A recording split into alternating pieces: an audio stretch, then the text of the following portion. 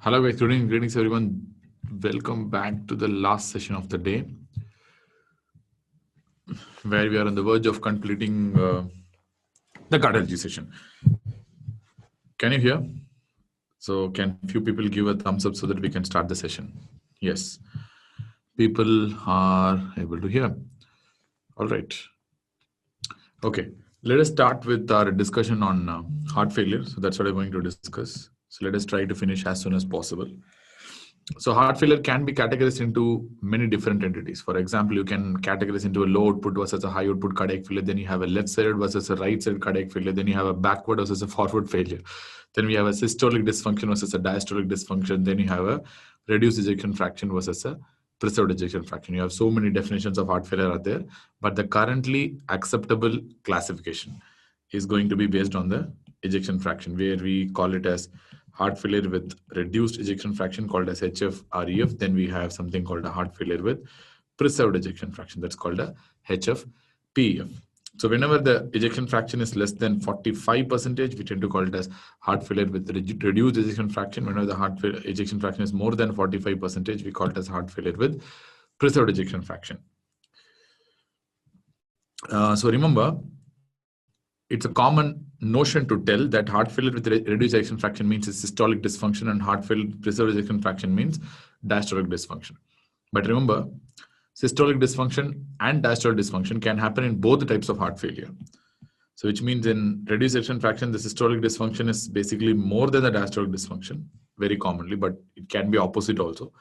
But whereas in preserved ejection fraction, the diastolic dysfunction will be more than the systolic dysfunction. We all know what do you mean by systolic dysfunction, which means the heart's ability to pump the blood out of the ventricles is less. That's what called systolic ejection, failure or systolic dysfunction. As far as diastolic dysfunction is concerned, it is the heart's inability to relax adequately so that the filling will be restricted.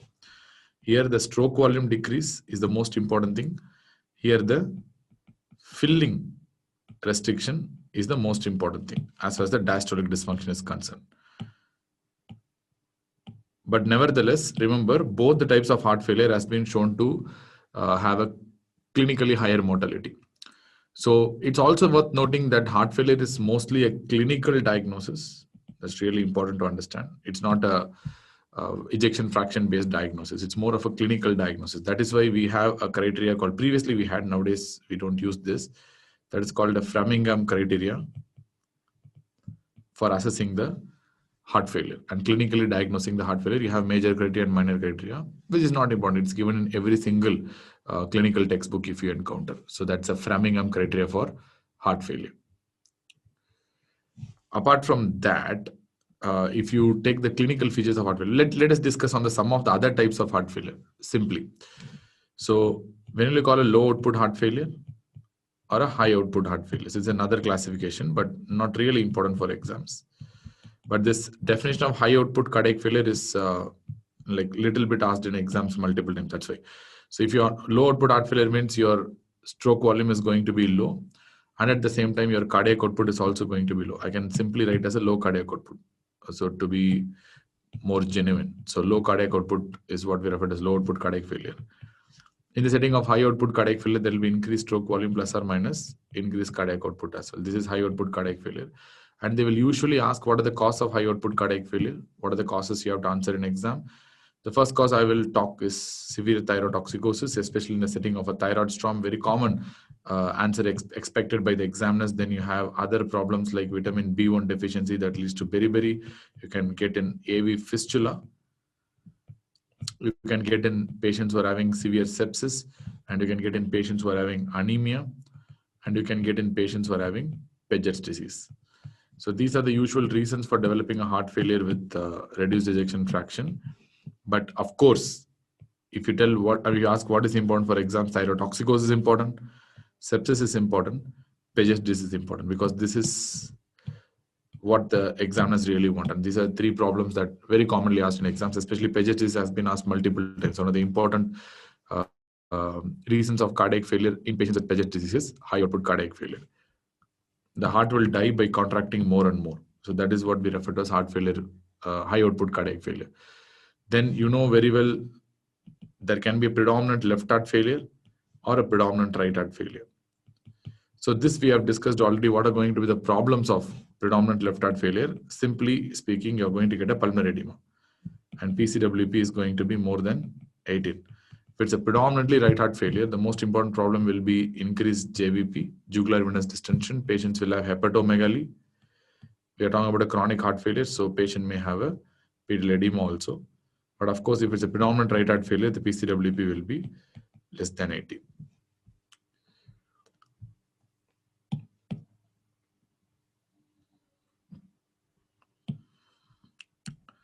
The number 3, you can think about a forward versus a backward failure. Forward versus backward failure as well.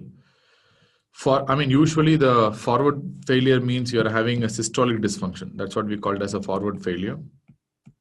Usually most of the time it's a systolic dysfunction, or you can simply call it as a reduced systemic perfusion. That's more reliable. Reduced systemic perfusion. If the perfusion is poor, then that will result in a state of poorly perfused organs, and that is what we refer to as a forward failure. Backward failure is predominantly defined as a congestion, in the sense like, because these terms we are going to use very often. What do you mean by congestion? Because of the backward failure, the blood will start accumulating in the pulmonary vasculature, and that's what we refer to as a pulmonary congestion, which is going to result in pulmonary edema. So you can categorize like that also. So forward failure as a backward failure. Nevertheless, these causes are important only for answering MCQs in exam. But apart from that, the current way of classifying the heart failure is only into reduced ejection fraction versus a preserved ejection fraction. That's how people are going to classify the heart failure. Forward failure can lead to backward failure. Yes, of course. That's why, this have a lot of pitfalls, and these are not standard ways of telling a heart failure classification. So this is, in a way, it's good, but remember, we don't really want to worry about that. Anyways, heart failure is most often a clinical diagnosis.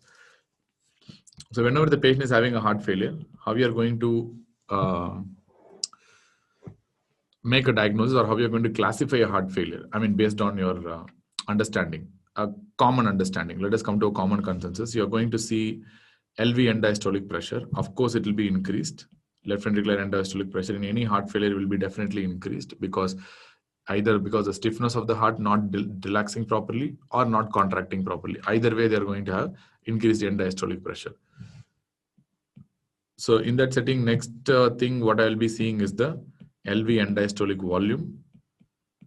So end diastolic volume is based on the heart's ability to relax and pump. So if the heart is not able to relax properly, it will have a normal end diastolic volume only. If the heart is having a forward failure predominantly, they will have a more end diastolic volume. So systolic dysfunctions typically tend to cause more end diastolic volume, and diastolic dysfunction tend to cause usually a normal or even reduced end diastolic volume. Let us see in a image-based understanding. So if we take a heart,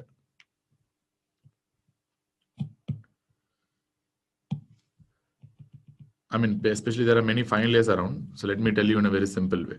Suppose if this heart is not able to pump adequately, what is going to happen over a period of time? The systolic dysfunction is prominent. Now this heart is going to definitely receive a lot of blood that is not pumped. Even because they have a reduced stroke volume, there is going to be a lot of blood that is going to get accumulated in the diastole. That is called increased end diastolic volume. Slowly, this increased end diastolic volume is going to stretch and dilate the heart. In the sense, there will be a massive dilatation of the heart. That is because of the too much increase in end diastolic volume over a period of time. That is because the heart is not able to pump adequate amount of blood, which means during systole, if the blood is not going out properly, during the diastole, the blood is going to accumulate, and that's what we refer to as an increased end diastolic volume. So how will you calculate ejection fraction? What is the formula for EF? What is the formula for EF?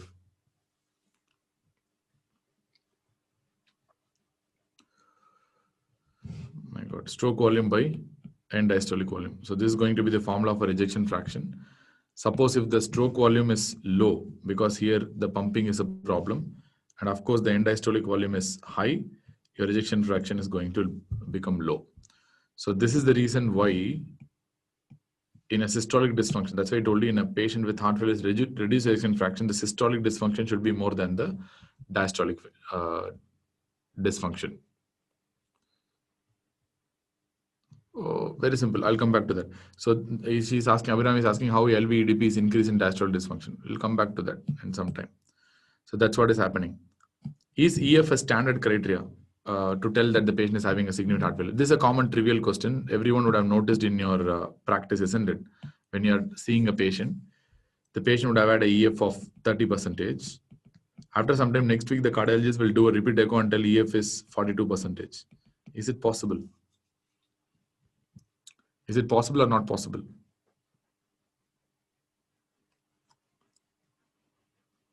Possible or not possible?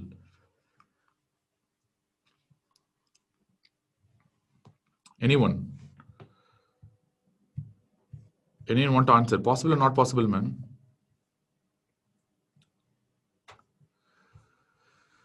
Possible. How is it possible? Because EF is not a very good indicator. That's why I'm trying to tell. That is the reason why I'm asking this question. How is it possible? Suppose let me know that I'm having a heart failure. Now suppose if I'm giving a diuresis, Lasix and spironolactone, I'm giving a lot of diuretic agents and I'm reducing the end diastolic volume considerably because I'm reducing the preload. Because this blood is a function of how much blood that is entering the heart. If I'm reducing the blood that is entering the heart, which means if I'm reducing the preload, definitely the amount of end diastolic volume that I'm going to have is definitely going to reduce. Once I reduce the end diastolic volume, automatically my EF will improve. So which means EF is not a very good predictor of the cardiac function. At the same time, if I ask what is the best way to assess the end diastolic volume, ejection fraction, all these things, what will be your answer? What is the best way to assess ejection fraction? What is the gold standard currently to assess EF and to assess the diastolic volume, systolic volume, contraction of the heart and all this? What is the best way, best possible way or the gold standard way? Please tell no fast. Echocardiogram. That's wrong. Echocardiogram only quantify approximately. It cannot tell accurately. To accurately tell ejection fraction, if somebody asks you, that is Muga scan. That is multi-gated acquisition or multiple gated acquisition scans. So that's called Muga scans. So that's going to be the accurate way to find out the ejection fraction and the cardiac dimensions and all. So not echocardiogram. Echocardiogram given approximate assessment. That's all. But still, because it's not radiation based, it takes very less time to assess all these things. We still use echo as a very standard investigation tool. But if you want a gold standard investigation, that is always Muga scan only. That's going to tell you very accurately. Okay. Now what happens in a patient with a diastolic dysfunction, which means this patient is having a problem in relaxation. So whatever blood that is coming inside, they're having poor relaxation ability. Because they're having poor relaxation ability, they cannot stretch. If they cannot stretch, the blood will become congested in the walls of the ventricle. Of course, the end diastolic pressure will increase here also. There's no doubt about that. At the same time, because it's a problem of relaxation only, over a period of time, the amount of blood that is reaching the ventricles also will be low because it cannot relax properly. So the blood starts accumulating in the left atrium as well. Once the blood starts accumulating in the left atrium, slowly it can move to the left, pulmonary vasculature, and they can produce congestion and edema. Same thing happens here. Here, because the ventricle is not relaxing properly, you're getting all these problems. But here, the ventricle relaxes. But since a lot of people are already here, once again, here also the left atrium will start getting congested. And over time, they're going to produce pulmonary venous congestion and pulmonary edema. So which means pulmonary venous congestion, pulmonary edema, left atrial dilatation are common in many different forms of heart failure. It's only about the left ventricular end diastolic volume that is going to tell that the patient is having a predominantly systolic dysfunction or a predominantly diastolic dysfunction. So that's why I told you LVEDP can increase in both the kinds of heart failure.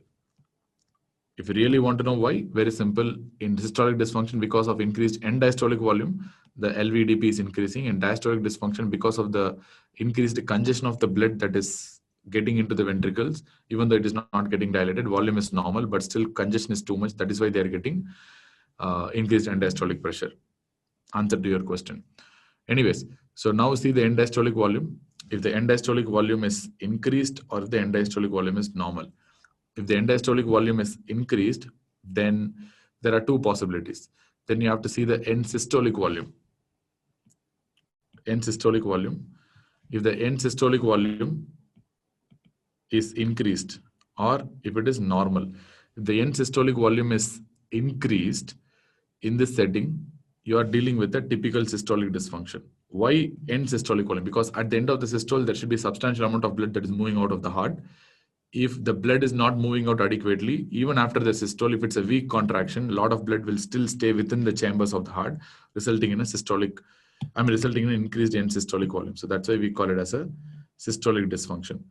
Or on the other hand, if you are having a heart failure, but a substantial amount of blood is still moving out of the heart, then in that condition, you should be ending up with something called a high output cardiac failure. That's why the end systolic volume is normal, but the end diastolic volume is very high. So why the end diastolic volume is very high here in high output cardiac failure? That is because of hyperdynamic circulation. The blood moves faster, and it contracts, empties. By the time it relaxes, there is a lot of blood that is coming back into the heart, increasing the end diastolic volume and the end diastolic pressure. So that's what we refer to as high output cardiac failure. So it tries harder, it keeps contracting, pushing out. But by the time it relaxes, a lot of blood comes inside again because there is of the hyperdynamic circulation that is happening. So that's high output cardiac failure. The causes we have discussed already, the most important being Paget's disease, then your sepsis, and at the same time, it's very important to know thyrotoxicose also for exam, especially thyroid storm. The most common cause of death is high output cardiac failure only. That's why that point is important. If the end diastolic volume is normal, then there can be two possibilities. Either it could be a pericardial disease or it could be a diastolic dysfunction. It could be either a diastolic dysfunction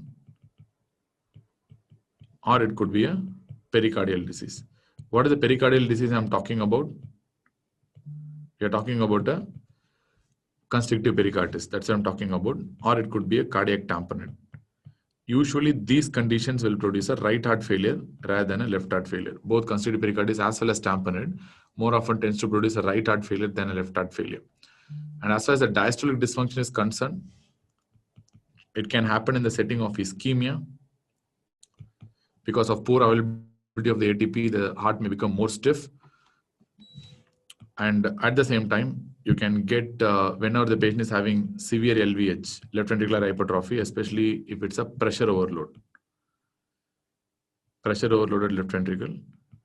So we can again draw schematically here. Suppose if this is the left ventricle, and if there is a significant pressure overload causing hypertrophy like this.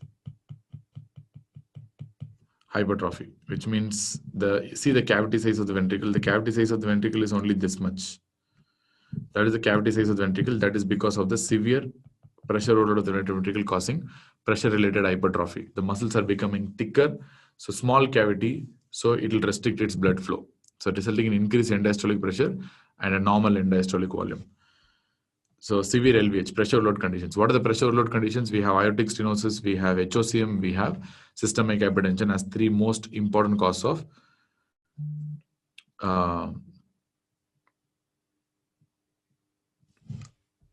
severe LVH causing diastolic dysfunction, heart failure.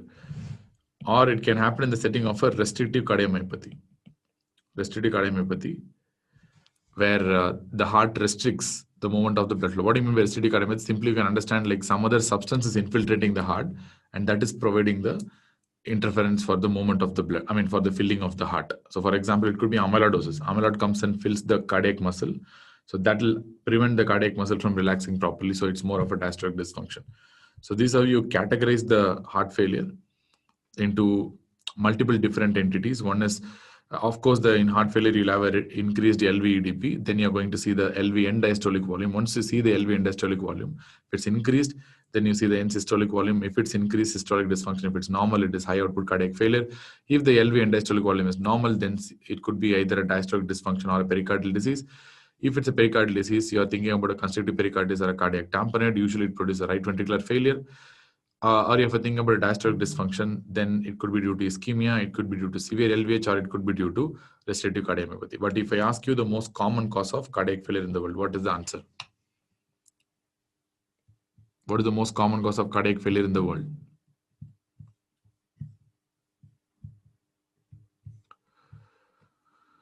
Hypertension, most common cause of cardiac failure. Ischemic heart disease. Ischemic heart disease is the most common cause of cardiac failure in the world. It's a well-known entity. Okay. And as far as the clinical features of heart failure are concerned, you can divide into many and different entities. First thing, clinical features due to low output. MUGA scan. Actually, Indra is asking what is the gold stand for EF name. That's a MUGA, multi-gated acquisition scans, MUGA. So it could be low output symptoms, or it could be due to congestion. Congestive symptoms are there. You can divide into two categories based on the symptoms that you get. Of course, low output symptoms means you're going to get a fatigue. If they ask you the most common symptom of a heart failure, your answer must be fatigue. Number one. And they can have syncope, they can have weakness, they can have anorexia, and they will very commonly have exercise intolerance. And they can develop congestive dysfunction, congestive problems also. If it's left-sided congestion, then you will be coming out with a dyspnea and orthopnea. Dyspnea, orthopnea, and a classic paroxysmal nocturnal dyspnea. Then if it's a right-sided congestion, then you're going to result in peripheral edema. Then you're going to result in hepatomegaly and bloating and satiety, GI symptoms. That is because of the gastrointestinal congestion. You will get bloating and satiety. So these are the clinical features of heart failure. And as far as the examination is concerned, what is the most useful sound that you will get as far as examination is concerned? So now these are the symptoms we discussed. Now we are going to the signs of heart failure. What is the signs? S3, correct. S3 is the most important. S4 can happen in pure diastolic dysfunction, but S3 is the most useful sound according to the Oxford University. They are told multiple times. Okay. So signs as such, you are going to look for the peripheries. That's most important. Suppose if it's a low output, peripheries are going to be cold, and at the same time, the capillary refill time may be more than 3 seconds. That is suggestive of low output state. And at the same time, they can develop low urine output.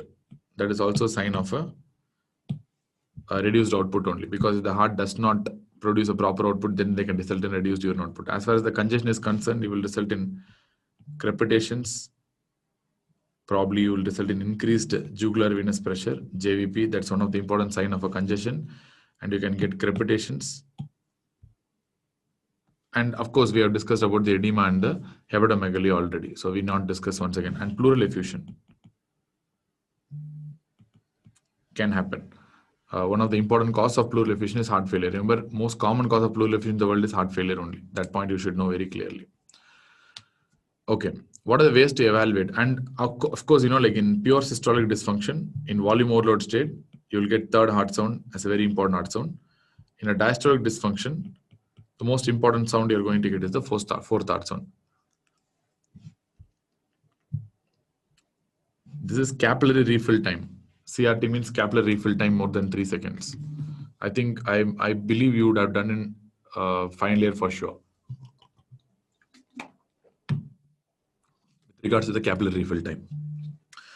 Okay, so these are the signs of the heart failure. Remember, whatever you see here are basically clinical. So that's why heart failure is some of a clinical diagnosis. It's not like you're going to diagnose through investigation, even though investigation can give a lot of clue, but heart failure is more of a clinical diagnosis. Now, what are the investigations you're going to do with respect to the heart failure? Investigations wise, we can do chest X-ray, you can do ultrasound.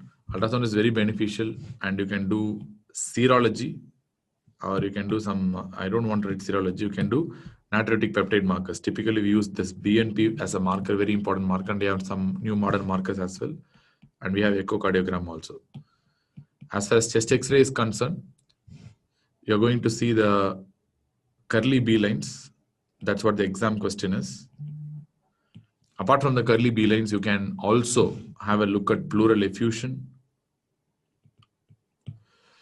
And at the same time, you'll also see the characteristic pulmonary edema and the lines. There is something called a cephalization. What do you mean by cephalization? Is there any idea what do you mean by cephalization? If they tell in chest X-ray, I'm seeing cephalization. What does that mean? What do you mean by cephalization? Yeah, that is correct. Only first degree pulmonary congestion only. I'm asking what is that?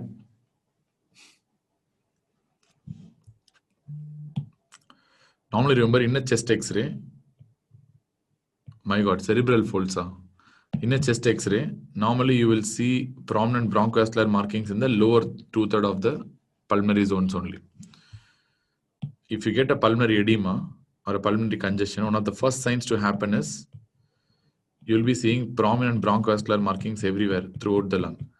Especially this upper zones is usually not an area where you can see prominent bronchoalveolar markings. If you're seeing prominent bronchoalveolar markings in the upper zone, that is what we refer to as something called a cephalization, basically.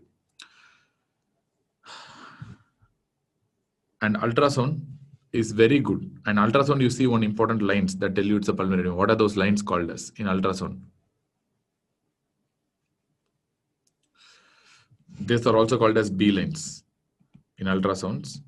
Remember, these curly B lines are different from B lines in the ultrasound. But even though the pathophysiology is almost the same, but curly B lines should be told only for a chest X-ray, but ultrasound can show something called B lines that is completely different.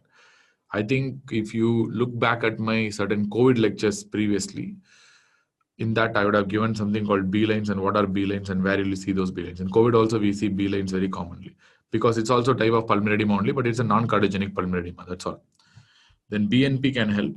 The idea of BNP is very simple. It's very sensitive investigation. At the same time, it has a very high negative predictive value. But the specificity of BNP is very low and positive predictive value is a little low. What does that mean? Which means BNP and its congenital NT-proBNP can be used to rule out a cardiac failure. Which means if BNP values are normal, then it clearly rules out heart failure. So this is important in emergencies because when the patient is coming with dyspnea, you need to find out whether it's a pulmonary cause or whether it's a cardiac cause. A normal BNP excludes cardiac cause as a cause of dyspnea. It must be some pulmonary cause only. So that's what a normal BNP tells. And at the same time, you have certain cutoffs for BNP. So what are the cutoffs for BNP? So what level can be taken as a normal level as far as brain natriuretic peptide is concerned?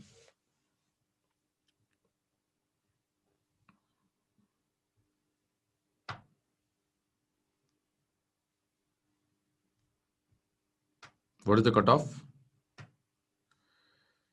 BNP.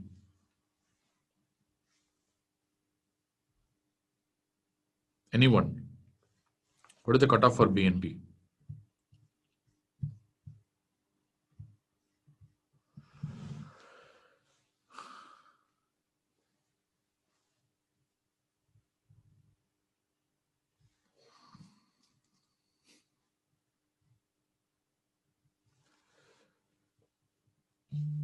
Less than 100. Less than 100 rules out heart failure. That is the cutoff I am expecting. NT-proBNP is different. Less than 100 is the cutoff, basically. Anything less than 100, you can actually rule out heart failure. It's not a heart failure. You have different cutoffs for NT-proBNP. Remember, BNP levels can vary depending on the age of the person, presence of kidney disease, and a lot of other stuff can actually alter the BNP. So you have to be a little careful about that. So age tends to increase, kidney disease tends to increase BNP, but obesity generally tends to decrease BNP. So BNP can highly vary and you have to adjust basically. For example, with age of 75 years, BNP can be 2 times the usual cutoff that we keep.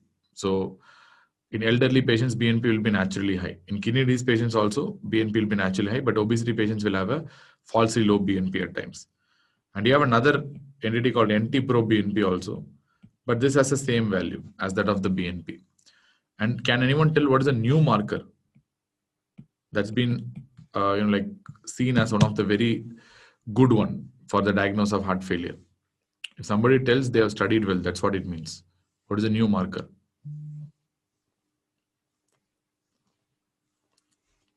Correct. Soluble ST2. This is the most important. Galectin 3 is there, but it's not that much useful. But soluble ST2 is very, very important. So this is emerging as a very powerful marker for cardiac failure. Soluble ST2. Very important, a very powerful marker. Okay. All right. So as far as the echocardiogram is concerned, using echo, you can assess a lot of things. I don't want to really tell about that because echo will assess the chamber size. You know that you have seen the live echo images. Clearly, you can assess the chamber size. You can assess the interventricular septum, how thick or how thin is. You can tell what is the pressures across the gradient of the across the valves. You can tell, and you can tell the surrounding fluid whether there is any pericardial effusion associated with it or not. Even echocardiogram can find out the pleural effusion also. So, but more importantly, we need these three things to be assessed. We need the chamber size, we need the interventricular septum assessment, and we need the ejection fraction. These are three things that we need as far as echo is concerned, even though classification is based on EF, but EF really doesn't make that much sense apart from the diagnosis. It has no value. So heart failure can be of two types. Either you can get an acute decompensated heart failure, something called as an ADHF, or you can have a CCF, chronic congestive failure, or a chronic cardiac failure, CCF. So the most important is to diagnose and treat an ADHF. That's an acute decompensated heart failure. How we are going to use ADHF, treat ADHF?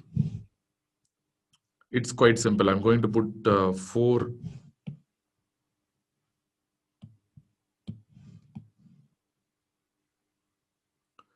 columns like this, and I'm going to classify like this. So in this side,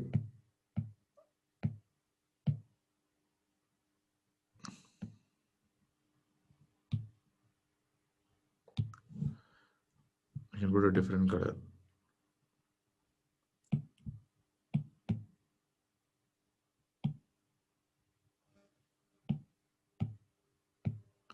I can use the congestion, and in this side, I can use the perfusion.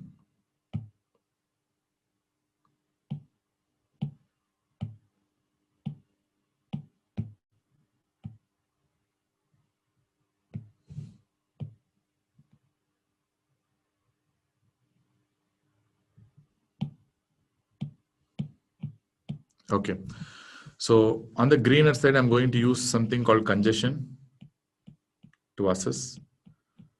And on the red side, I can use something called a perfusion to assess these individuals. So I'm going to characterize the patients into 4 whenever they come with acute decompensated heart failure. If I think that the patient is having acute decompensated heart failure. So let us assume these patients are having low perfusion. What do you mean by a low perfusion? So low perfusion means my cardiac index is less than 2.1, or you can tell 2.2 also, doesn't matter. So my cardiac index less than 2.1 liters per meter square of body surface area. That's considered as a low perfusion. I mean, maybe I can write good perfusion also here.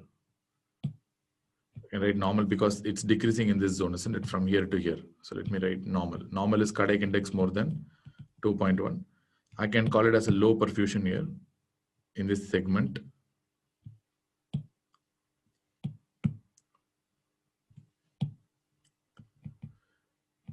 Where I can write cardiac index is less than 2.1 liters per meter square.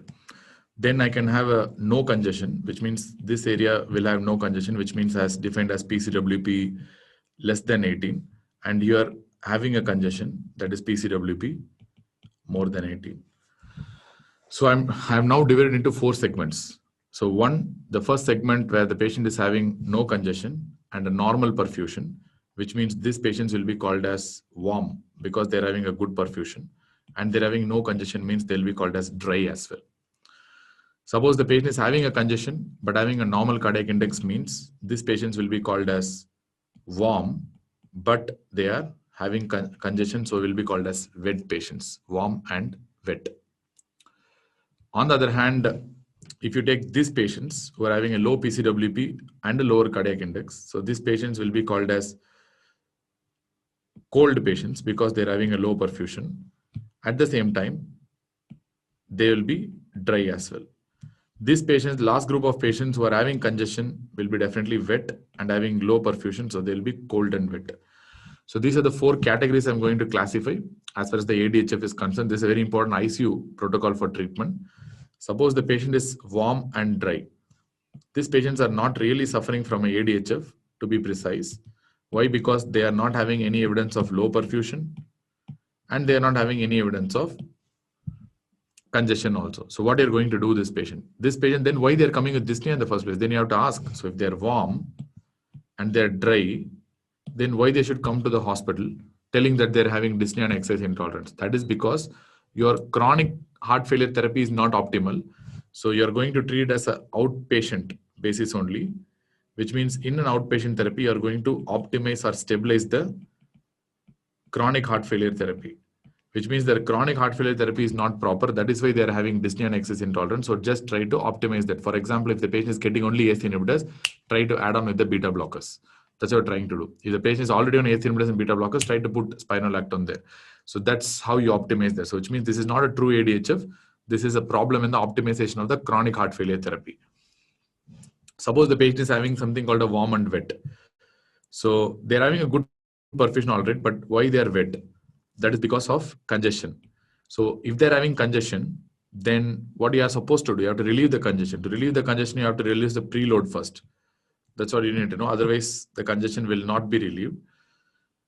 And at the same time, and the heart is not pumping properly. That is one reason. So you can possibly try something, but most importantly, I'll be using vasodilators and diuretic agents.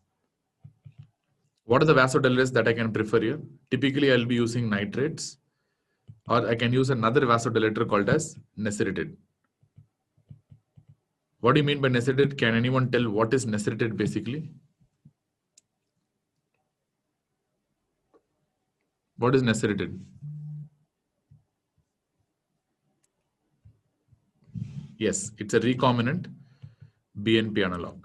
So that is nesiritide. Nesiritide has an excellent vasodilatory properties and has an excellent diuretic property. More than diuresis, they can produce natriuresis also. They have a natriuretic property as well. Diuretics, typically I'll prefer loop diuretic here. That's different. That's what I'm going to use. But remember, all these therapies can reduce the blood pressure. So be careful about the blood pressure. That's the one important caution. Keep the BP stable. That's really, really important. And what about these patients, cold and wet patients? As far as the cold and wet patients are concerned, because they are wet, because they are congested. So to relieve the congestion, you have to give vasodilators. At the same time, you have to give diuretics as well. Vasodilators, same principle, same thing you're going to try, either a nesiritide or probably a nitrate. That's what you're going to try. Diuretics, same thing, loop diuretics. If the patient is cold as well. So cold means they're having low perfusion. Why they're having low perfusion? That is truly because of the poor pumping ability of the heart. That's the reason why the patient is very cold. So in this setting, I wanted to give some drugs that increase the cardiac contractility so that they can cause more perfusion so that your cold nature will resolve. So yes, of course, I'm going to use an inotrop. The use of inotrop again will be dependent on BP. If the BP is normal, I can use a dobutamine or I can use a levosimendan or I can use a phosphodiesterase 3 inhibitors like amrinone and milrinone. These are phosphodiesterase 3 inhibitors which are powerful inotrops. But the problem is all these drugs can produce vasodilation and they can reduce the BP further. So in case of low BP, it's better not to use these drugs because the patient is already in shock, means don't use these drugs. If the patient is having a normal BP, then you can use. The BP is low, which means the patient is in shock already. Then in this setting, I can prefer a noradrenaline or a dopamine, which have alpha agonistic properties so that they can increase the blood pressure as well. Remember, while giving vasodilators and diuretics, you have to be very, very careful. And again, the caution is see the BP carefully because it might fall drastically and it might result in worsening of the shock. You have to be very, very careful about that. So this is the treatment for patients who are cold and wet. Suppose the patient is cold and dry. What is the primary problem here? So why I'm telling he's cold? Because he's having low cardiac index. Why I'm telling dry? Because he's not congested. This is a peculiar combination. Patient is not having congestion, but the patient is extremely dry. Not having congestion and the patient is extremely dry also, low perfusion. So what is the usual reason for this? Can anyone tell? What could be the reason?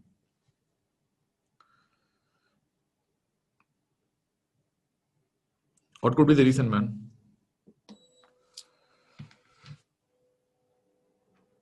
Most of the time, this kind of situation arises if the patient goes for over-diuresis. Because of the diuretic abuse, because of over-diuresis, the patient can go for hypovolemic state. Because the patient is not having any blood volume at all in the body, they are dry, not having any congestion. At the same time, because they are not having any fluid in the body, they are not having any perfusion also. Because only if the fluid is there, blood is there, they can pump properly. So that is why they are looking cold and dry also.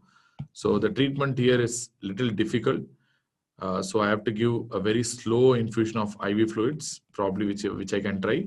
Plus, of course, I have to use inotropes also to increase the pumping of the heart to produce a more cardiac index. So this will be my treatment here. But remember, IV fluids is very controversial. But if you're sure it's a hypovolemia because of over-diuresis and too much abuse of diuretics, then in that setting you can give a slower rate of IV fluids as well. But more importantly, to find out this PCWP, this is where everyone get confused. To find out this PCWP and to find out the cardiac index, you need a Swan-Ganz catheter. And it is not possible in many scenarios. And Swan-Ganz catheter using routinely is also strongly discouraged. You should not do that. And all these things can be assessed clinically itself. For example, if you want a congestion, if you tell the congestion is there, it can be assessed clinically itself by the presence of edema, raised JVP, crepitations, significant amount of crackles in the lungs, and presence of hepatomegaly. So that's why I told you already, these are the signs of congestion. So why you need a PCWP to find out congestion? You can find out congestion using the clinical examination itself. Similarly, lower cardiac output, cardiac index also can be assessed clinically. For example, the patient is cold, that's what I mean. So when the patient is cold, you know very well, they're going to have a low BP. They're going to have a higher capillary refill time of more than 3 seconds, at least more than 2 seconds. Capillary refill time will be very high, and they will have a low urine output because of the low kidney perfusion. And at the same time, they can have an altered mental status, that is because of the poor cerebral perfusion. They can, especially in ADHF, they can come with altered mental status. So if you have any of these signs, of course, you can tell the patient is having a low cardiac index. And why you really want a pulmonary artery catheter or a Swan-Ganz catheter to find out PCWP and cardiac index to tell what category the patient is having. Even though that's a gold standard to tell all this, but we don't really want. We can assess clinically itself and we can judge. Currently, we don't use the Swan-Ganz catheter for this particular purpose. So how you're going to divide? You're going to divide warm and dry. You're going to divide warm and wet. You're going to divide cold and wet. And finally, you're going to tell patient is cold and dry. And based on that 4 parameters, you're going to treat the patient with vasodilators or probably diuretics or even probably a inotropic agent. If warm and dry, don't do anything. So if you understand this acute decompensation, then we'll move on to the next topic. Indra is asking, S3 is heard in which type of heart failure? Remember, in a pure isolated systolic dysfunction, S3 is very common. Remember, S3 is happening whenever there is a volume overload. S4 will happen whenever there is a stiff ventricle. Whenever there is a stiff ventricle, S4 will happen. Suppose if you want to relate it to a cardiac cycle, let us draw a cardiac cycle. Let me tell you simply where it comes. So this is atrial diastole. Sorry.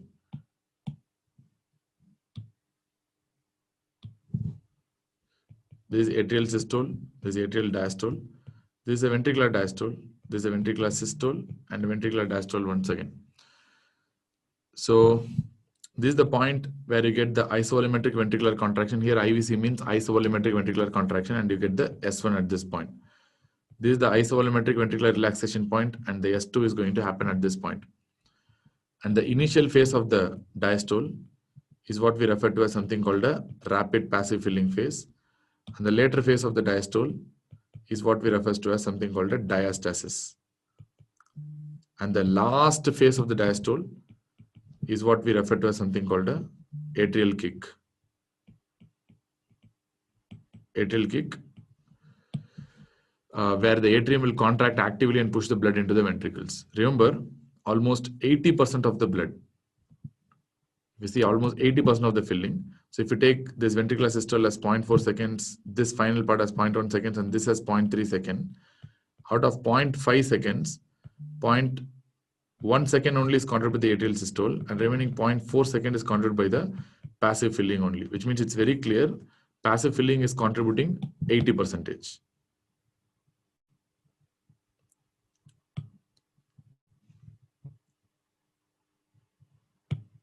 Passive filling is contributing 80%, so I can write the passive filling itself fills the ventricles by about 80%. But the atrial kick is filling the ventricle by only 20%. It's not filling the ventricle by 80%. Only 1/5 of the ventricle is basically filled by the atrial kick. Almost 4/5 of the ventricle is filled during the passive filling phase itself. Remember, if the ventricle is already volume overloaded, the atrium also will get volume overload over a period of time, which means atrium will also have a lot of blood. Now, suddenly, during the rapid passive filling phase, as the mitral valves and tricuspid valves open, the blood is going to gush back into the ventricles during the rapid passive filling phase. And of course, the ventricles are already filled with blood in systolic dysfunction. And during the rapid passive filling phase, because the ventricles are already having blood, and the blood that is present, the atrium is also trying to come out rapidly into the ventricles, that both the fluid column will hit together, and they will result in the formation of something called the third heart sound. That's the genesis of S3. S3 usually happens in a volume overloaded left ventricle. Volume overloaded left ventricle. And on the other hand, as I told you before, S4 is going to happen during the atrial systole, that is atrial kick. How can you remember S4 is? It is an atrial kick against a stiff ventricle. That's all. The ventricle is stiff, not relaxing properly. Now the atrium is going to produce a kick, and that kick will come and produce a stretch in the ventricle. That stretching sound in the ventricle is what is heard as fourth heart sound. So the phases of where you hear the S3 and S4 is really important. S3 is basically heard in the rapid passive filling phase, and S4 is basically heard during the late stage of the diastole. Late stage of the diastole, which means it's heard during the atrial systole. That is the atrial kick mechanism. That is why in atrial fibrillation, because you lose the atrial systole, you lose the fourth heart sound also. And if they ask you where you get the S3, it's early diastole. S3 in the early diastole, S4 in the later part of the diastole. And remember, surprisingly, both S3 and S4 are low-pitched sounds. If somebody asks you what are the low-pitched sounds in cardiology, only 3 sounds are low-pitched in cardiology. One is S3, S4, and third thing is tumor plop. Tumor plop of atrial myxoma. So S3, S4, and tumor plop, these are the 3 things that are low-pitched sounds in cardiology. Remaining, most of the sounds in cardiology are high-pitched sounds. And we are not talking about the murmurs. We are talking about the low-pitched sounds in cardiology. So do you understand about S3 and S4? At what phases you get, everyone?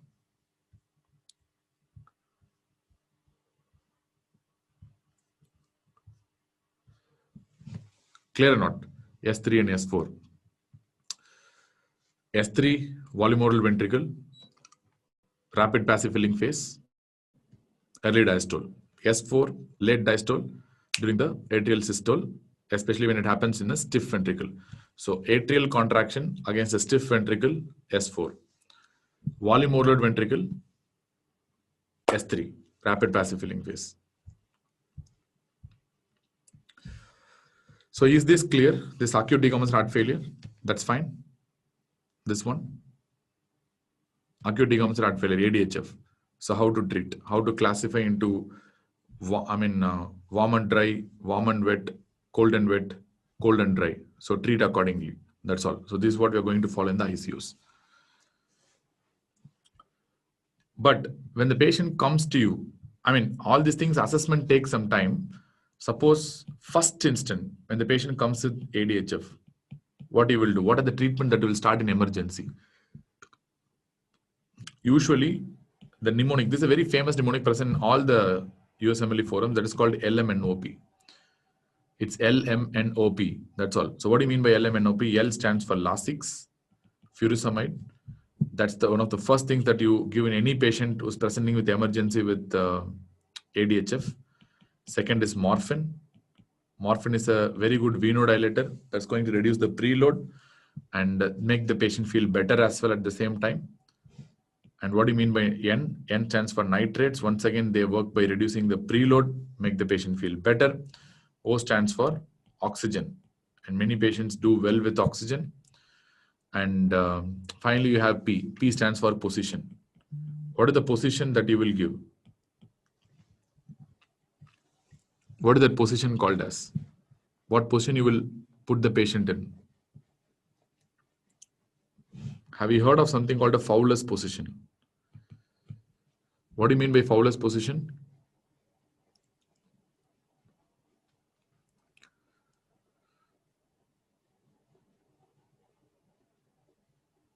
Yeah, typically, like you give, like a back support, you give a backrest, isn't it? Back end only you rise and make the patient in a semi-recumbent state and legs dangling on the sides. That's what we call it as a Fowler's position. It's very classical, clear? So this is LMNOP. Lasix, morphine, nitrates, oxygen, and the position. That is the Fowler's position. This is a very standard treatment that you're going to give in the emergency room. That is LMNOP for any patient who is presenting with acute decompensated heart failure. So now you know about ADHF, how to treat. Now, how will you treat a chronic heart failure? CHF, chronic heart failure. Without assessment, how to find in first day? I told you, that's why you have a lot of investigation. I mean, you need to first of all ask the history. So history of heart failure will be there, or history of coronary artery disease will be there. All these histories will tell you that the patient's breathlessness is due to heart failure only. Apart from that, you can do an NT-proBNP or a BNP, which will be extremely elevated. And you can do ultrasound, chest ultrasound, which will show B lines, which is suggestive of pulmonary edema. So you have many different ways to find out. So this patient is an ADHF. Most of the time when I call about ADHF, it's an acute decompensation of a chronic heart failure. I'm not telling first time when they're present, you're going to find out. It's an acute decompensation of a chronic heart failure they're talking about, which means most of the patients will definitely have a history of heart failure in the past. And they are coming with an acute decompensation now. So how will you treat a chronic heart failure? That's the question. So first of all, you need to stage the chronic heart failure. Remember, chronic heart failure staging, you have something called a functional staging, and you have a, something called a structural staging is there, which will tell about that.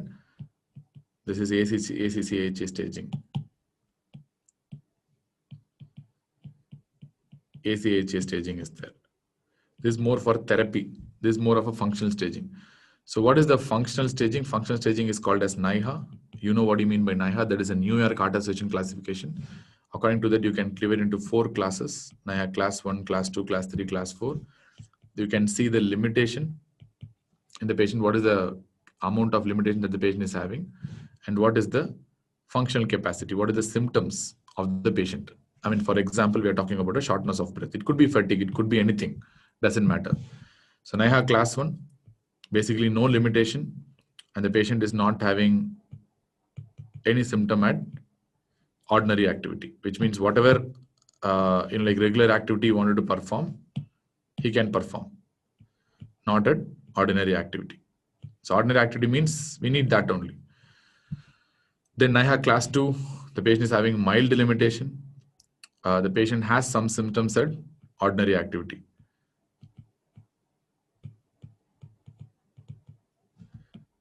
Class 3, moderate limitation.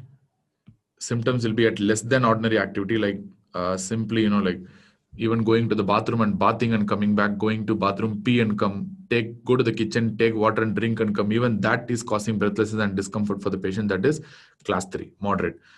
Evidence of, examples of mild limitation, class 2 is when the patient wants to walk on the road and he wants to catch a bus. While walking on the road, going to the bus stand, gets breathlessness. Or just wanted to go 1 flight of stair, his apartment is in the 1st floor, lift is not working, so he's walking 1st floor, just 1 floor up, he's getting breathless. That's very ordinary activity. So if that is example of a class 2. So what is class 4? Class 4 is severe. Everyone knows that. You're going to get symptoms at rest itself. The patient is going to have fatigue, breathlessness, and a lot of symptoms at rest itself, which means it's a very poor functional status. Finally, Remember, the idea of every treatment option that you're going to use, like ACE inhibitor, beta blocker, whatever may be the case, is to maintain the patient at a good functional state. That is NIHA class 1. That's why NIHA is very, very important. So idea of treating a heart failure is to maintain the patient in a good functional classification and at a good functional state. That is NIHA class 1. Based on the structural staging by ACC-AHA, you can divide heart failure into 4 stages, A, B, C, and D, depending on whether the patient is having symptoms or structural heart disease, or both. So at stage A, patient will not have any symptoms, patient will not have any structural heart disease, patient will have only risk factors for developing heart failure. Like, for example, patient may have diabetes, hypertension as a risk factor. That's called a stage A heart failure because patient still has a risk of developing heart failure, but they don't have any symptoms or no structural heart disease also. Stage B, patient will still not have any symptoms, but they have structural heart disease. Like, for example, patient not having symptoms, but had a old MI under scar, which is not contracting properly in the echocardiogram. Or patient's EF is only 45, 42, but is completely asymptomatic. That's an example of stage B. And stage C, symptoms will be there, and structural heart disease also will be there, but they are not refractory, which means they are responding to your treatment well. Somehow with treatment, the patient is doing good. Stage 4, it's still there. Symptoms and structural heart disease is there, but it's refractory to your therapy, which means you need to go for some additional interventional options, including a transplant. So that's what it means by stage D. So A, B, C, D, this is a ACHA classification of chronic heart failure staging. So A is only at risk for heart failure, B is patients having structural heart disease, and C is having structural heart disease with symptoms. 4 means the patient is having a refractory heart failure. So these 2 stages are very important for exams because they have been asked multiple times in the exams. So what are the options that you can use for heart failure? Depending on the staging. So suppose if the patient is in stage, there are many therapies that you can use. Remember, I have something called ACE inhibitors. Alternative to ACE inhibitors is angiotensin receptor blockers. Then I have other therapies like beta blockers, which I can use. Then I have other therapies like MRAs. If somebody tells MRA, I'll be very happy. That is mineralocorticoid receptor antagonists like spironolactone and eplerenone.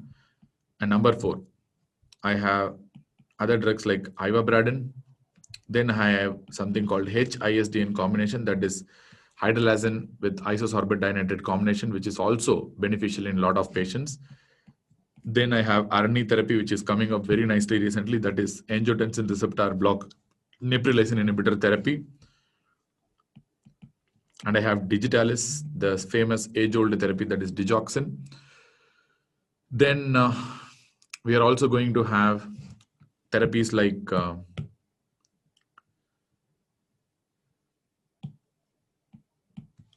your Vaptans, like tolvaptan. Tolvaptan has also been approved for heart failure. I tell you the indications. Each and everything has specific indications. So these are the drug therapy that I can use in heart failure, various group of drugs that I can use. And at the same time, I can have some device therapy also, device or interventional therapy. So what are the device therapies I can use? One is called as CRT, that is cardiac resynchronization therapy, which we'll be discussing subsequently. Then I can implant an ICD, that is implantable cardioverter defibrillator. Then I can use a LVAD device, that is left ventricular assist device. Finally, I'm going to end up with a transplant. This is a final option, which means patient has these many options. So you can treat with drugs, you can treat with device therapy, you can treat with a transplant. So transplant is the final step, but how to organize each and everything is the key here. Remember, all these drugs have shown decent mortality benefit, but there are, they will ask you certain drugs that have no benefit in heart failure. So what are the drugs? It must be in fingertip. This is a very, very common question. What are the drugs that do not have any benefit in heart failure? What are the classes that are not given here? You can tell now. What are the classes that are not given here? Of course, number 1, calcium channel blockers. This is the most important, very, very commonly asked question. Calcium channel blockers do not have a significant mortality benefit as far as heart failure is concerned. Then what else? Of course, I'm not given diuretics, except the mineralocorticoid receptor antagonists. If you consider them as diuretics, then that's fine. Apart from the loop diuretics and thiazide diuretics do not have any much impact. Then what else? Nitrates alone without hydralazine combination. Surprisingly, HISDN has shown mortality benefit, but nitrates have not shown mortality benefit. Remember, among all these drugs, digitalis does not show mortality benefit. Remaining every drug have shown mortality benefit, but digitalis does not have any mortality benefit, which means I'm telling about no benefit. I'm not telling it is going to increase mortality, which means they don't have any effect on survival. No benefit in heart failure. There are some drugs that increase mortality, which means they are worse. What are the drugs? Especially if you're using inotropic drugs for a longer time. Inotropics and sympathomimetic drugs like dopamine, dobutamine, amrinone, mildrinone, levosimendan. If these drugs have been used for a longer run, then they are actually deleterious and they can increase the mortality. Only one exception being digitalis, which has neutral mortality, which means they don't increase or decrease the mortality. Apart from that, any inotropic agent or any sympathomimetic drug will definitely have a adverse effect on mortality, which means they are going to increase the mortality. That's a very important point. And this drugs that has no benefit has been asked multiple times in the past. And if you take any heart failure topic, this will be the usual favorite question of the examiner. So you should be very clear about that. So how to use these drugs is the question. When to use these drugs is also a question. So it all depends on what is the stage of the patient, where the patient is in stage A, because the treatment has been revised to a great extent in 2019, to be honest. So we need to know what is the stage A heart failure treatment, what is the stage B heart failure treatment. So we know stage A means the patient is at risk only, is not having any structural heart disease, is not having any symptoms. So basically, I need to reduce the risk of progression to the heart failure. So how I'm going to reduce the risk of progression to heart failure? That will be done by giving antihypertensive therapy, because patients may be having hypertension. I have to control the diabetes, so anti-diabetic drugs, and I have to control the lipids. And to prevent the progression of coronary artery disease, I have to give statins. So this is how I reduce the risk. Number one, first I have to reduce the risk. Apart from that, there are other ways to reduce the risk by stopping smoking. Smoking is a very important entity that makes the like coronary artery disease to progress, atherosclerotic plaque to worsen. So you have to stop smoking, alcohol, and at the same time, I'll be advocating a healthy practice like working out daily, 90 to 150 minutes per week at least, minimum. That's the least minimum in any patient, 90 to 150 minutes per week.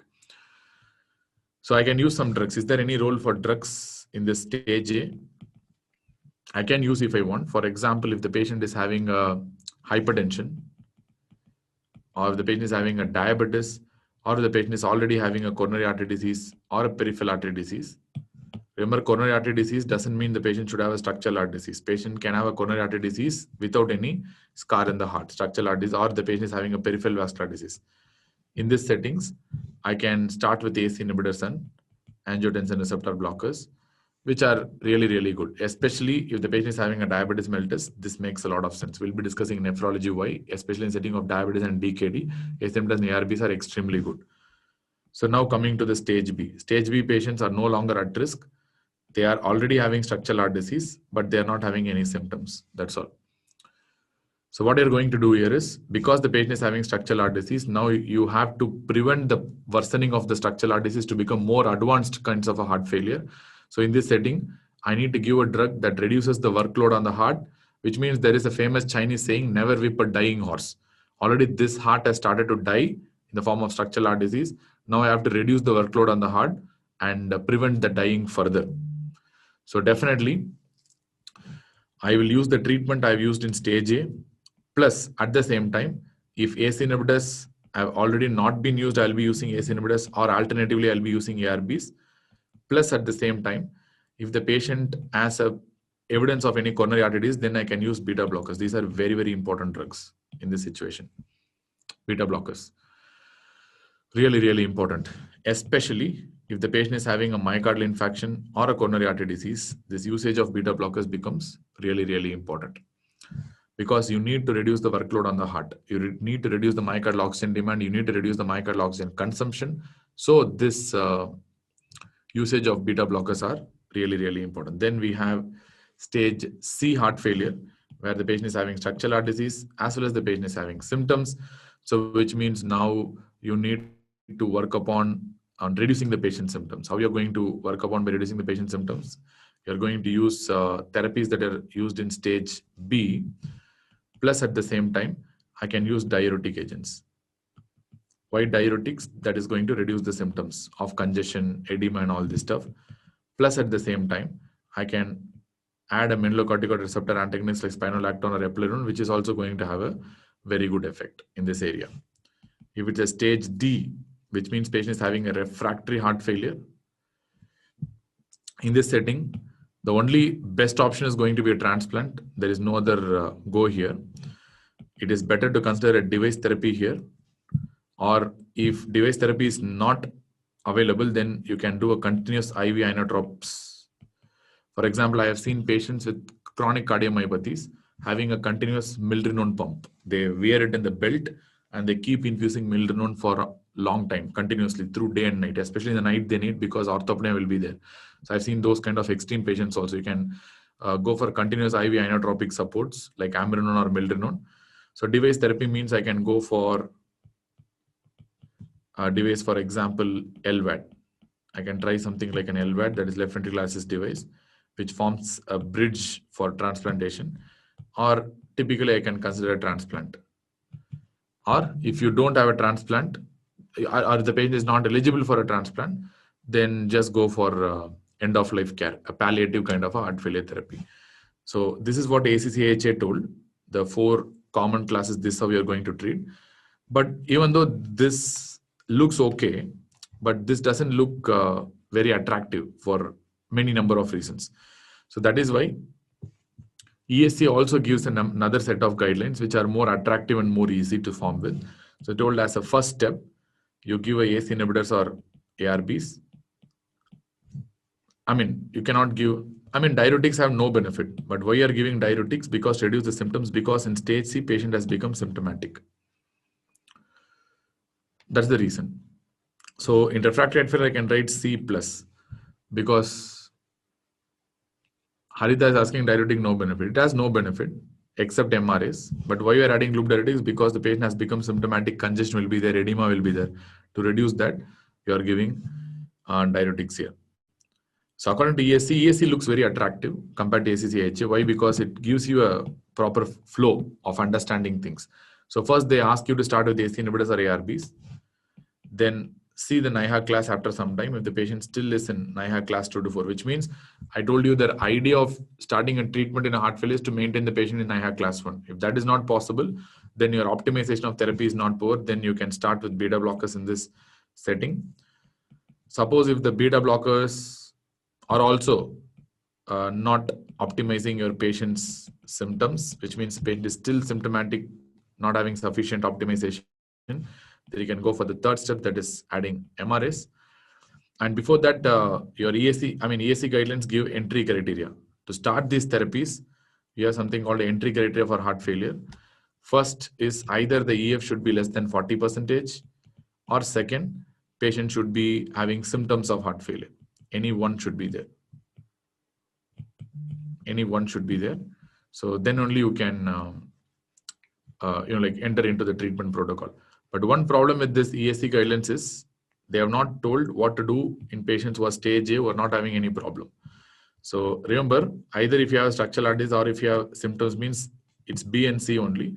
But ESC guidelines do not care about that category A patients, where ACHA patients are giving guidelines for that also.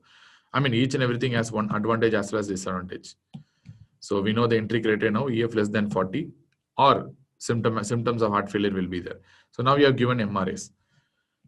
So even after giving mineralocorticoid receptor antagonist like spironolactone or eplerenone, still if the patient is in NIHA class 2 to 4, which means it's not getting optimized, and at the same time if the EF is less than 35%, which means it's dropped to a very low value, in this setting, now I have many different options are there. Options are there where I can add more and more drugs, or I can add device therapy. There are certain peculiar indications for device therapy, which I'll tell you in some time. So what are the drugs I can add? I know I can add ivabradine, ivabradine indication is if the patient should be in sinus rhythm and the heart rate should be more than 70. Or second, if the patient is having, you can use second drug, that is DIGE, very commonly used drug in India. Or you can prefer using a HISDN combination. Or I can use an ARNI. Typically in India, available combination is sacubitril and valsartan combination. That's an angiotensin receptor blocker neprilysin inhibitor. Then we have other drugs like tolvaptan. Remember, there is only one indication for tolvaptan. If the patient is having heart failure plus hyponatremia, then only you can use tolvaptan. Otherwise, there is no indication for tolvaptan. Per se, you should not use if the patient is having a normal sodium. Only the patient is having hyponatremia, then vaptans will be useful because they are V2 receptor antagonists, good in eliminating the water so that they can concentrate sodium in the blood. That's why they improve the sodium. So the heart failure is having hyponatremia, then fine, you can use tolvaptan, not an issue. And they also tell one important point that at any stage, if the patient is congested, you can use loop diuretics.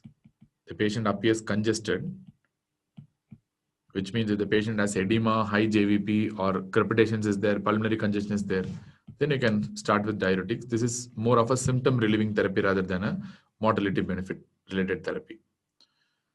So device therapy, as I told you have 3 device therapies. One is the CRT, that is cardiac resuscitation therapy. First thing that you need to know is when you are really going to do a CRT, what is the indication? And what do you mean by CRT first? Normally we saw that you do a pacing only in the right ventricle.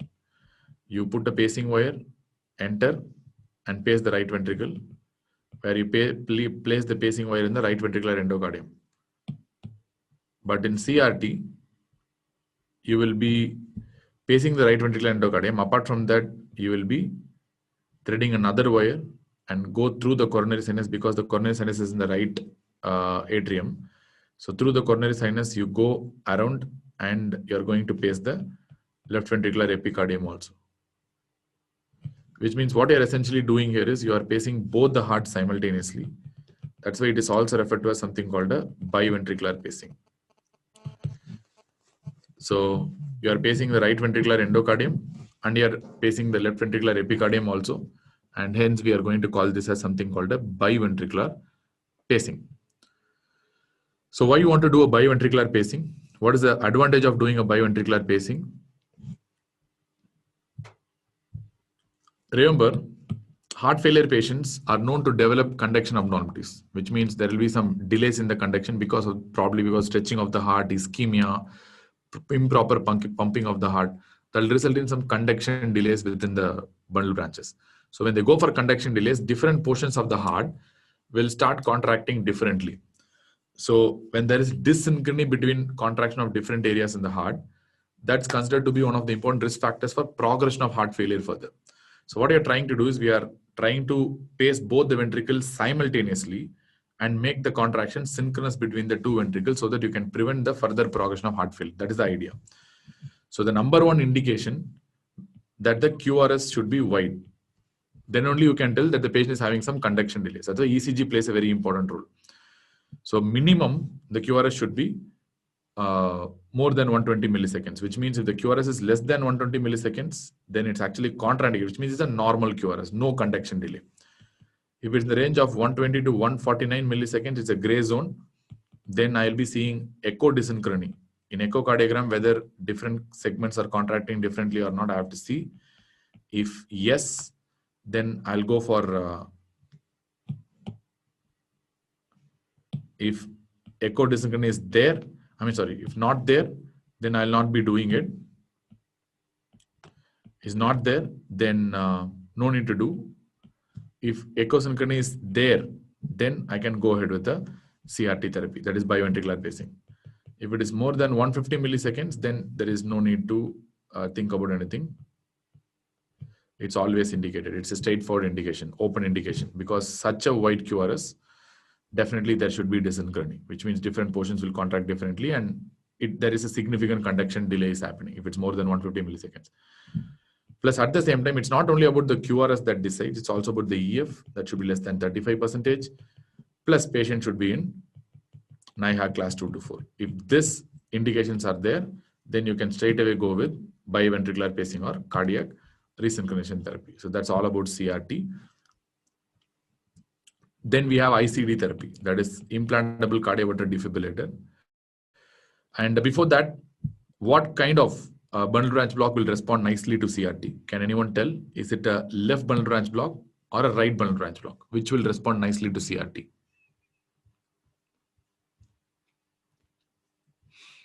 LBB or RBB?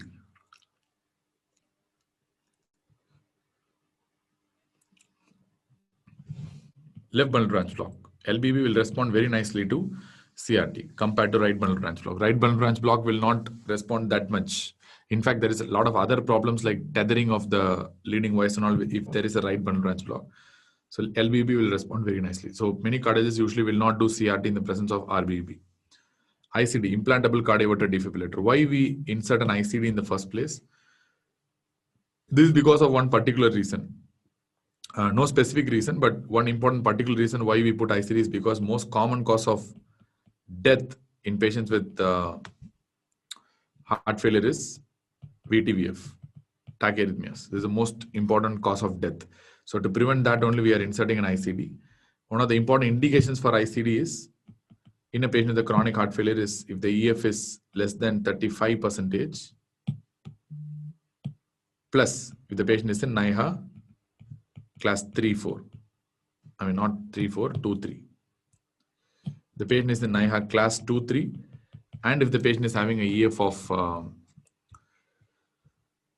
less than 35%, then this becomes an indication for device therapy, that is ICD. All the patients can be done. Remember in STEMI, I told you one indication, if the VTVF is persisting for more than 48 hours after a STEMI, then you can go for device therapy, that is ICD, after a STEMI. But in a chronic heart failure, the indication is if the EF is less than 35%, plus if the patient is having NIHA class 2-3, then in that setting you can go for ICD implantation as well. That is the reason.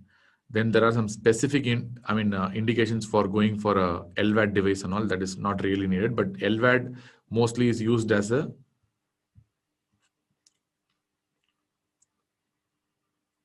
what is the NIHA class in CRT? In CRT it is 2 to 4. In CRT it is NIHA class 2 to 4. In ICD it is NIHA class 2-3. And again, these are strongly based on the trial recommendations. So they found out in NIHA class 4, there's not much useful. That's why they put it NIHA class 2-3 in this particular kind of patients. But whereas CRT is better in NIHA class 2 to 4 at any cost. So all these are basically based on trial, so no need to confuse a lot. So these are two device therapies that we commonly use. At the same time, LVAD, left ventricular assist device, is most often a bridging therapy before a transplant. When the patient is waiting for a transplant, you want to maintain the patient somehow till the transplant is getting done. So you can use LVAD there. Or if the LVAD is not available or the patient is not tolerating LVAD, left ventricular assist device, then in that setting, you can go for a continuous IV inotropic support as well. Even that is also fine. And one of the important thing that you have to know here is, what are the contraindications of these drugs? That's really important. What are the contraindications for AC and ARB inhibitors? Number one, any condition that produces hypoperfusion or hypovolemia. Definite contraindication. Yes, if the patient is having a bilateral RAS, it's a contraindication. But anyway, only after giving ACE inhibitors, you'll be knowing the patient is having bilateral RAS. Pregnancy is a contraindication. If you want, I will write. But I mean, we are talking about heart failure. Be sensible. Which pregnant patient will, which heart failure patient will get pregnant? Usually rare. Unless until you encounter a situation called peripartum cardiomyopathy. Okay, then what else?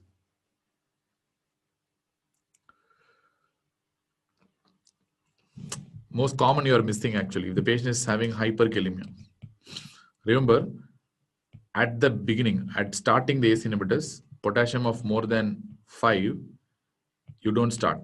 You wait. You don't start with ACE inhibitors and ARBs. While the patient is on ACE inhibitors already, if the patient is having a potassium of more than 5.5, you stop ACE inhibitors. These are two important guidance that you need to know.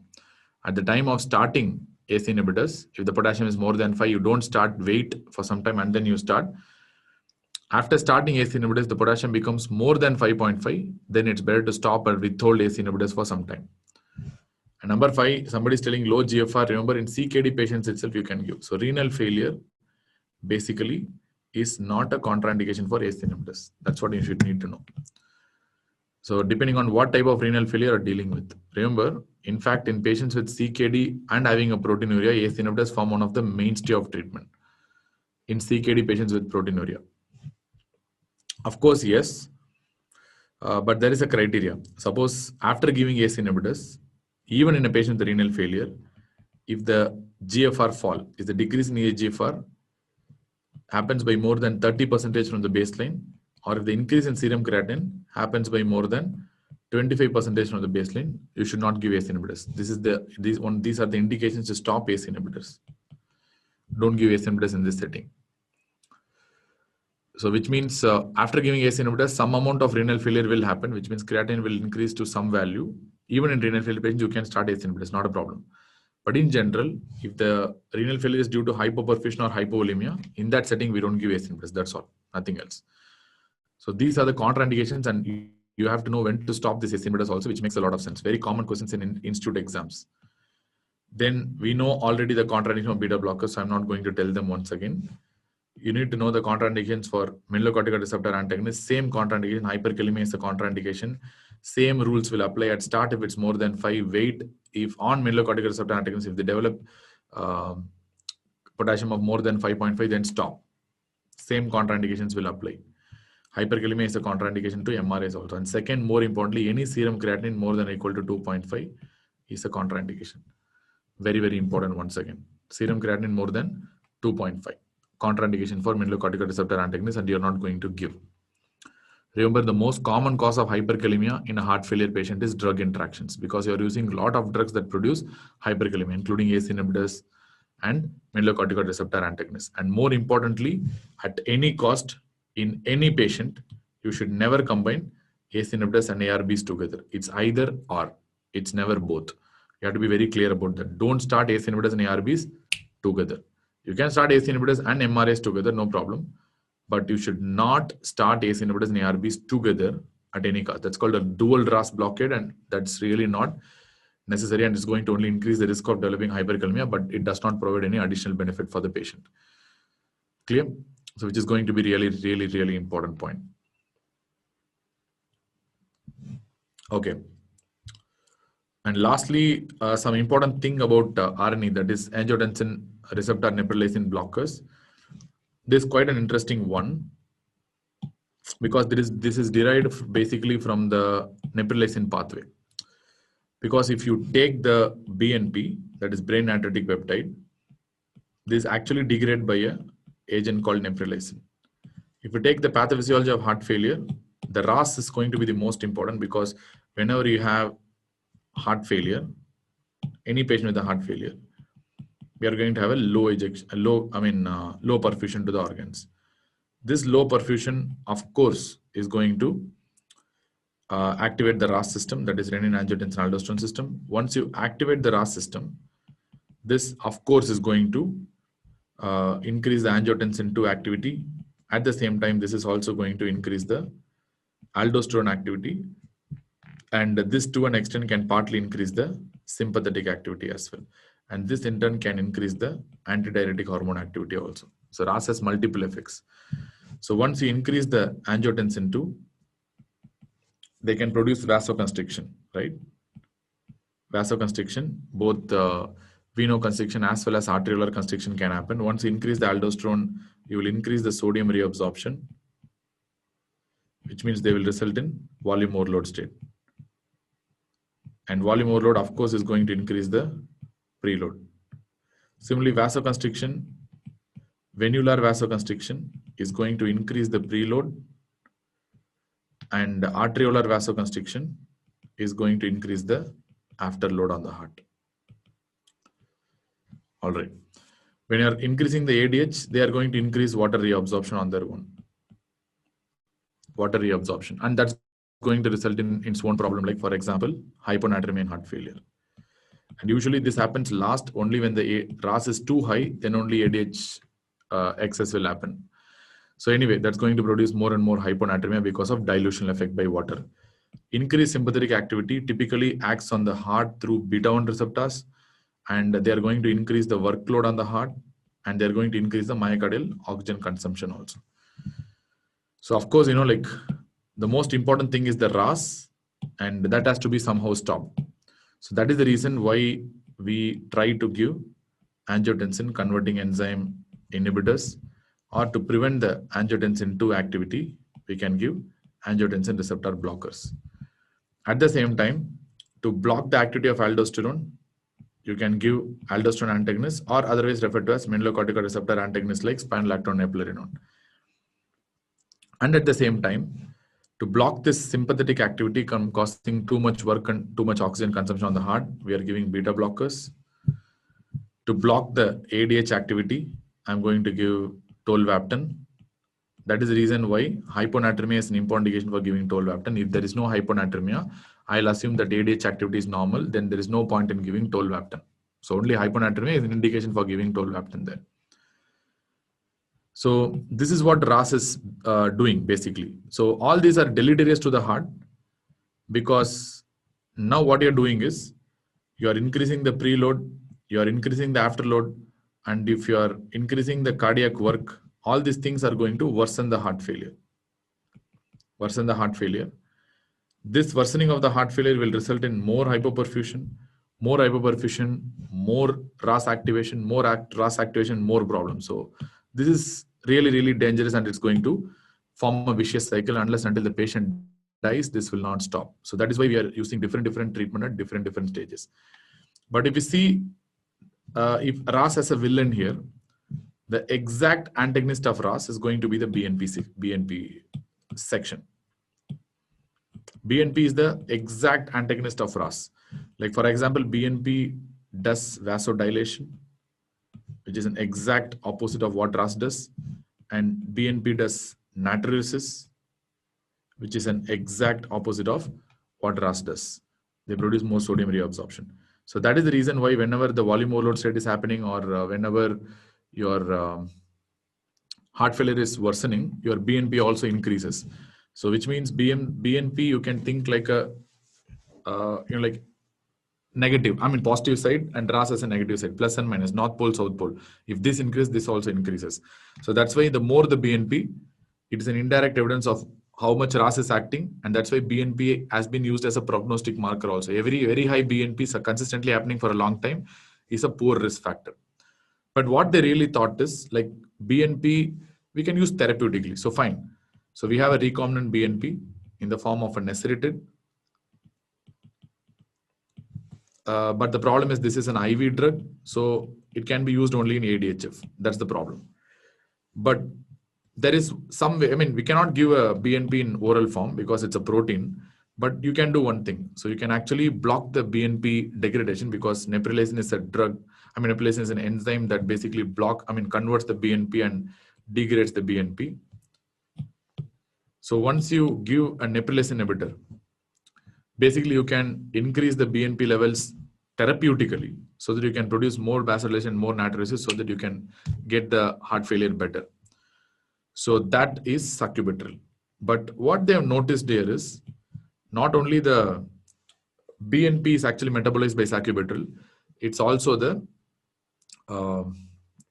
other drugs like angiotensin 2 is also metabolized by neprilysin only. I can write maybe here, that will be correct.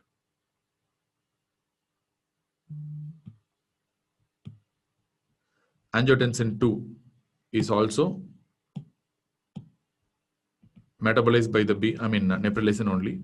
And at the same time, other molecules like, for example, bradykinin is also metabolized by the BNP only.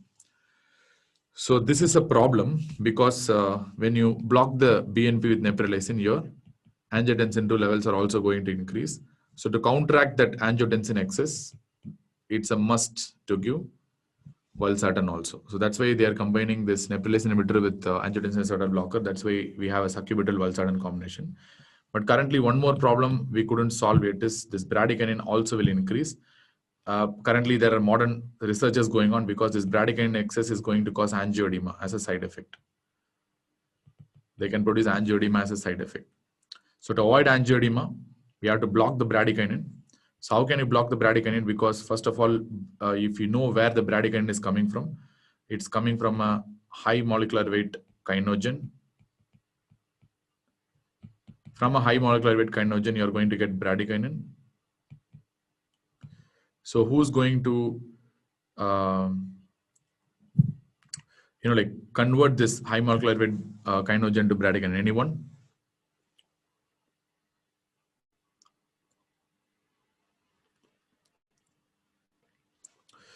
Yes, perfect. Kallikrein. Kallikrein is the one that's going to convert the high molecular weight to kinogen, and bradykinin will work on the bradykinin receptor to produce its effects. So effects is going to be vasodilation and more leakage in the capillaries, and fenestrations will become bigger. And bradykinin is one of the important reasons for causing angioedema. Bradykinin is one of the important reasons for causing angioedema, even with ACE inhibitors. So that is why we have designed many new drugs. Like for example, you can give a bradykinin receptor blocker in the form of something called icatibant,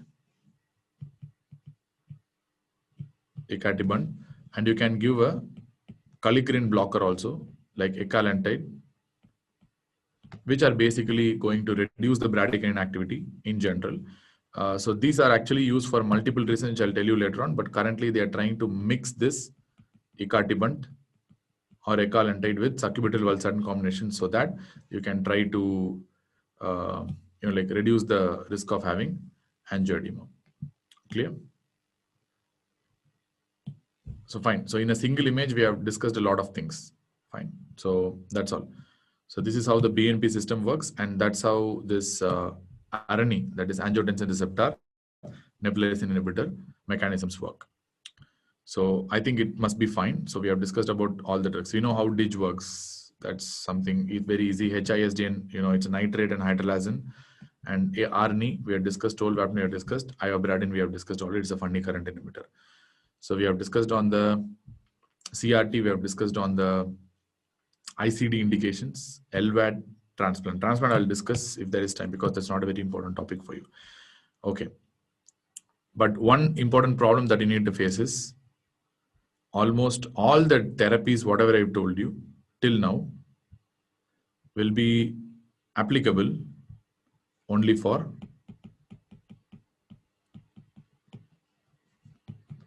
heart failure with reduced ejection fraction. That's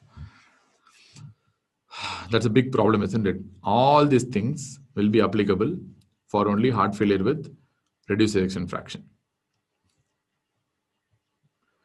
In heart failure with preserved ejection fraction, this will not be applicable.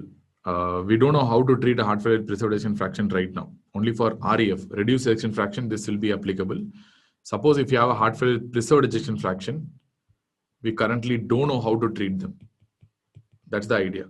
In PF, we really don't have an idea. All these treatments are proved in HFrEF, but none of the treatment has been proved right now in HFpEF. So, for example, if you take ACE inhibitors or angiotensin receptor blockers in HFpEF, they are shown to have no much benefit, to be honest. But at the same time, there are some drugs which have shown some benefit, like mineralocorticoid receptor antagonists, which is not effective in reducing the death of the patient, but they are effective in reducing the hospitalizations of the patient. Mineralocorticoid. So MRA, mineralocorticoid receptor antagonists, they reduce the hospitalizations and probably reduce the cardiovascular death, but not very sure.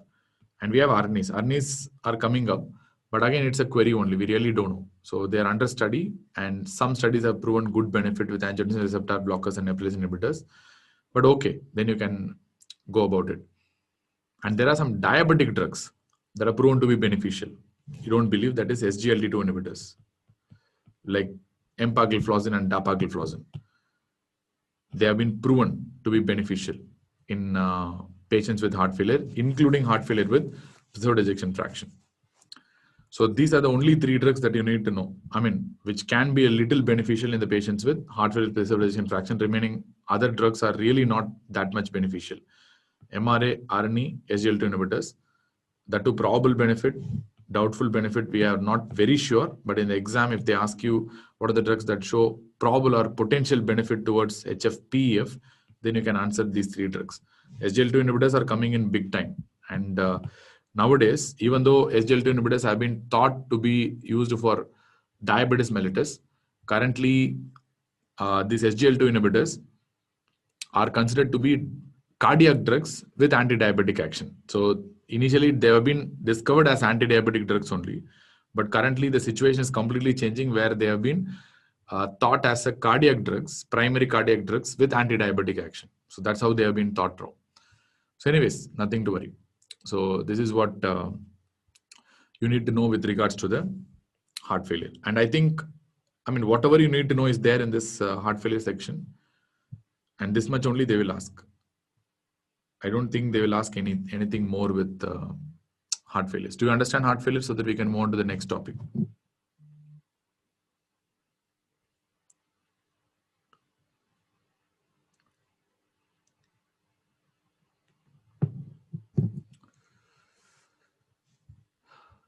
Yes.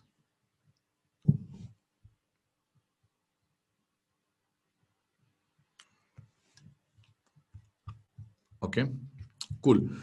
So what we can do in a short limited period of time, I think tomorrow I'll take again. Anyway, I'm planning to take tomorrow. I'll tell you the time. I'll explain you. I will mention in the groups what time I'm going to take.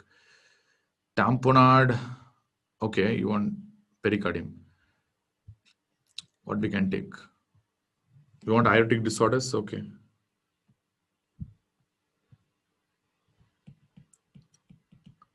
Aortic disorders.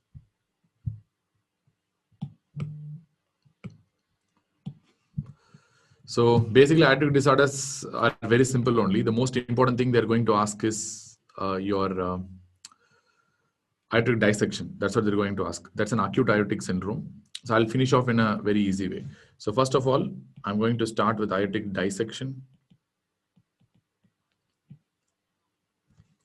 If they ask you about risk factors for aortic dissection, most common risk factor is going to be systemic hypertension. That's the most common risk factor.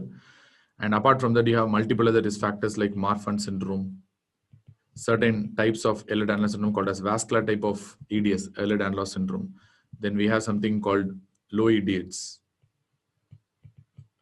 syndrome. All these are collagen vascular disorders. So this can have increased risk of aortic dissection. Then Takayasu arteritis, because it's a vasculitis, can produce aortic dissection. Then you can get with aortic coarctation of aorta, aortic coarctation, and pregnancy due to unknown weird reasons becomes a risk factor for aortic dissection, especially the 3rd trimester of pregnancy. So these are the typical risk factors, but most important is going to be the systemic hypertension. If you see 2 cases of aortic dissection, both cases will be due to systemic hypertension only. In fact, getting a dissection with systemic hypertension is basically a hypertensive emergency. Clear? See, renal failure, I mean, number 4 RFA, what is that? What Indra is telling? I can't understand, man. What are you telling?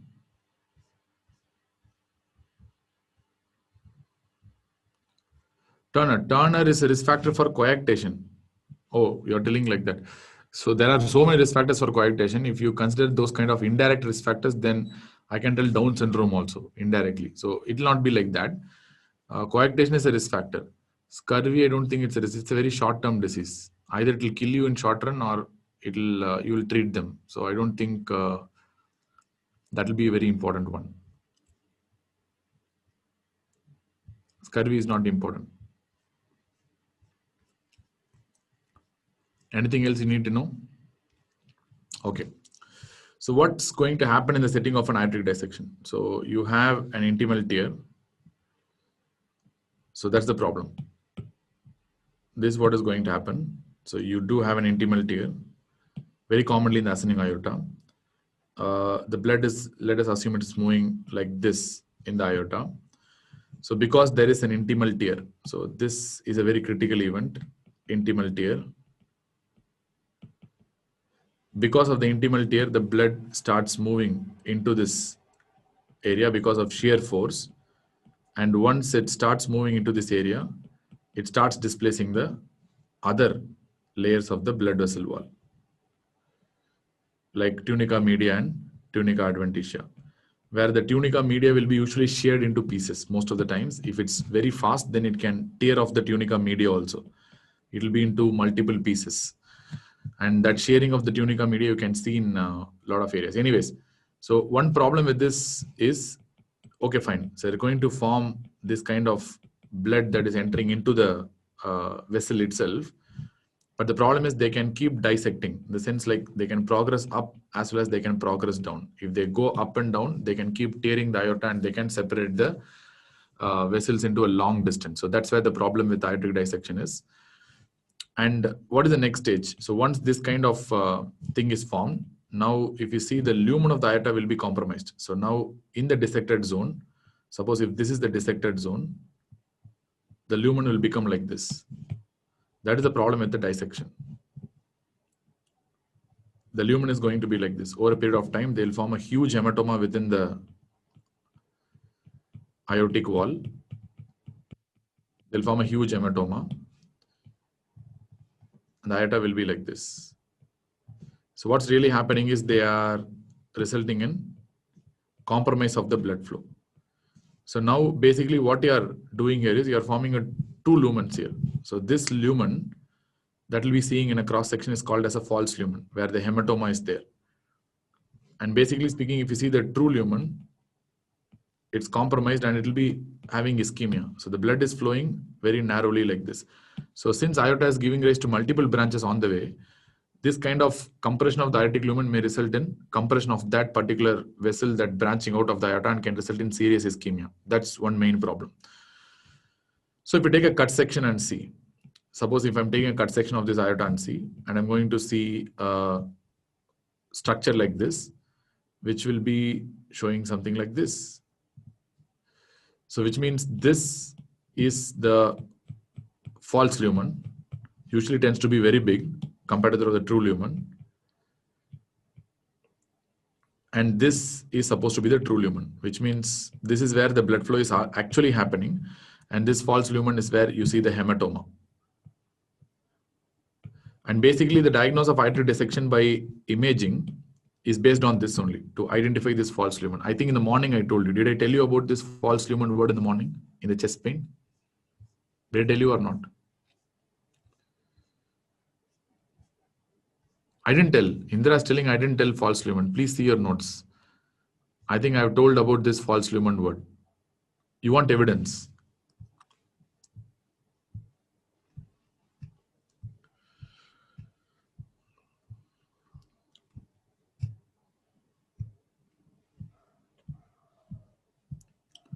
Today, I think we have discussed a lot of stuff.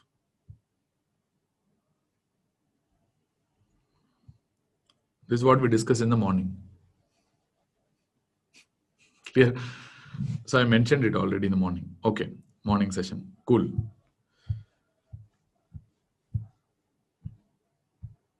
Let us move on. Okay.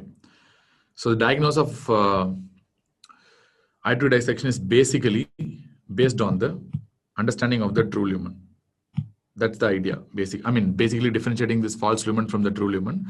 Most of the times in exam, if they ask you which is false lumen and which is true lumen, by giving an image, it's easy. The false lumen will be the bigger one and the true lumen will be the smaller one. And more importantly, this sign is also referred to as something called a tennis ball sign, because it looks like a tennis ball. That's why. So what is this one? That structure we are seeing. Can anyone tell? What is this one? That's basically the intima. Yeah. That's what we refer to as intimal flap. So find out the intimal flap. You will know which is the true lumen and which is the false lumen. That's all, basically. You can get in a variety of causes. I mean, as I told you, so many risk factors are there. So, but more importantly, where will be the dissection very common? Most common site of intimal tear and most common site of dissection. It's ascending aorta,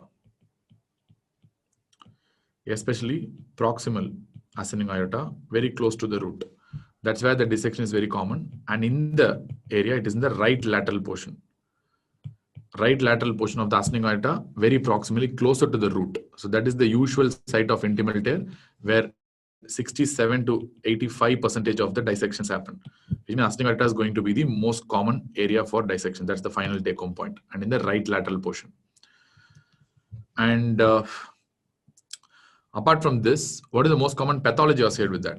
So whenever they ask you what is the pathology behind development of this intimal tear and dissection, what is the most common pathology? And what is the pathology that is associated with that?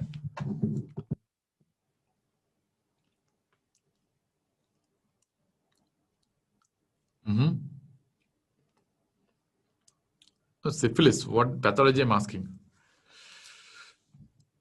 That is cystic medial degeneration.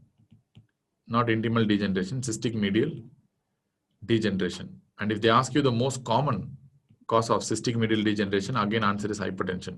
Even it can happen in Marfan syndrome also. But the most common cause of the cystic medial degeneration is systemic hypertension only. So clinical features coming up. So as far as the clinical features is concerned, in exam, the first point that you need to know is the patient will have a chest pain that will be radiating to the back. If they give anything like that, chest pain radiating to the back, the only one diagnosis that they're going to make is dissection for sure. There's no doubt. Chest pain that is radiating to the back is equal to dissection unless proved otherwise. Clear? That's all. Can bicuspid aortic valve can cause aortic dissection? Actually, yes. Bicuspid aortic valve can produce dissection, but it's not a significant risk factor. Bicuspid aortic valve will cause more often aortic stenosis with an aortic regurgitation. They won't really cause that much of aortic dissection, according to my knowledge. Fine. So chest pain that is radiating to the back. So this is very characteristic of dissection. If you get this is equal to dissection unless proved otherwise. You have to keep this very carefully. And apart from that, let us see the clinical features based on the area of involvement. I mean, I need to put a different image. Okay. Let us assume this is the outlet and this is the aorta, and you're having an arch and you're having the subclavian vessel. And this is the left subclavian, and this is the point which marks the descending aorta. So from below the left subclavian, you will have the descending aorta, basically. And at the same time, you have multiple sections. For example, your carotids are originating from the aortic arch. Then your brachiocephalic trunk will be originating. So many branches are coming. But as I told you, your right lateral portion is going to be the most common location for a tear. And the blood is going to get dissected up, and the blood can dissect down also. Both are possible from that particular point. And more importantly, one more point to know is from the root of the aorta, you're having the coronary vessels also. You're having the left coronary artery and the right coronary artery that is originating from the root of the aorta as well. So all these will be under soup when the aorta goes for dissection. So remember, there is small amount of pericardium that is also covering the aorta, and that is also going to be very important when you're understanding the pathophysiology. So let us see what will happen in this setting. So first, if the aorta descends, I mean, if the aortic dissection extends proximally, in the sense like it's come back into the heart, what will happen? So first thing, it can actually affect one of the coronary vessels. So in the sense, once it affects one of the coronary vessels, you can result in a occlusion of that vessel because of dissection, because the lumen becomes smaller. That can result in a frank myocardial infarction. And most of the times you will see a characteristic STEMI actually in the setting of an aortic dissection. The picture will be typical STEMI, that is because of complete occlusion of that particular coronary vessel. They ask you which vessel will be affected more. Of course, it will be the right coronary artery compared to left coronary artery, because most common location of the tear is right lateral portion. Of course, it's going to affect more of a right coronary artery than left coronary artery. Right coronary artery is affected in 67% of the cases, left coronary artery only in 33%. So STEMI, RCA STEMI is more common, which means very often in exam, you'll get an inferior wall STEMI. That's a very important point, because in exam, if you see an inferior MI, and they'll give an ECG that is typical of inferior MI. They will tell patient presenting in 2 hours of chest pain, ECG showing the following. You'll have an inferior MI with all the characteristic RCA-like features will be there. But you'll usually tend to miss this chest pain that is right into the back. That point will be given.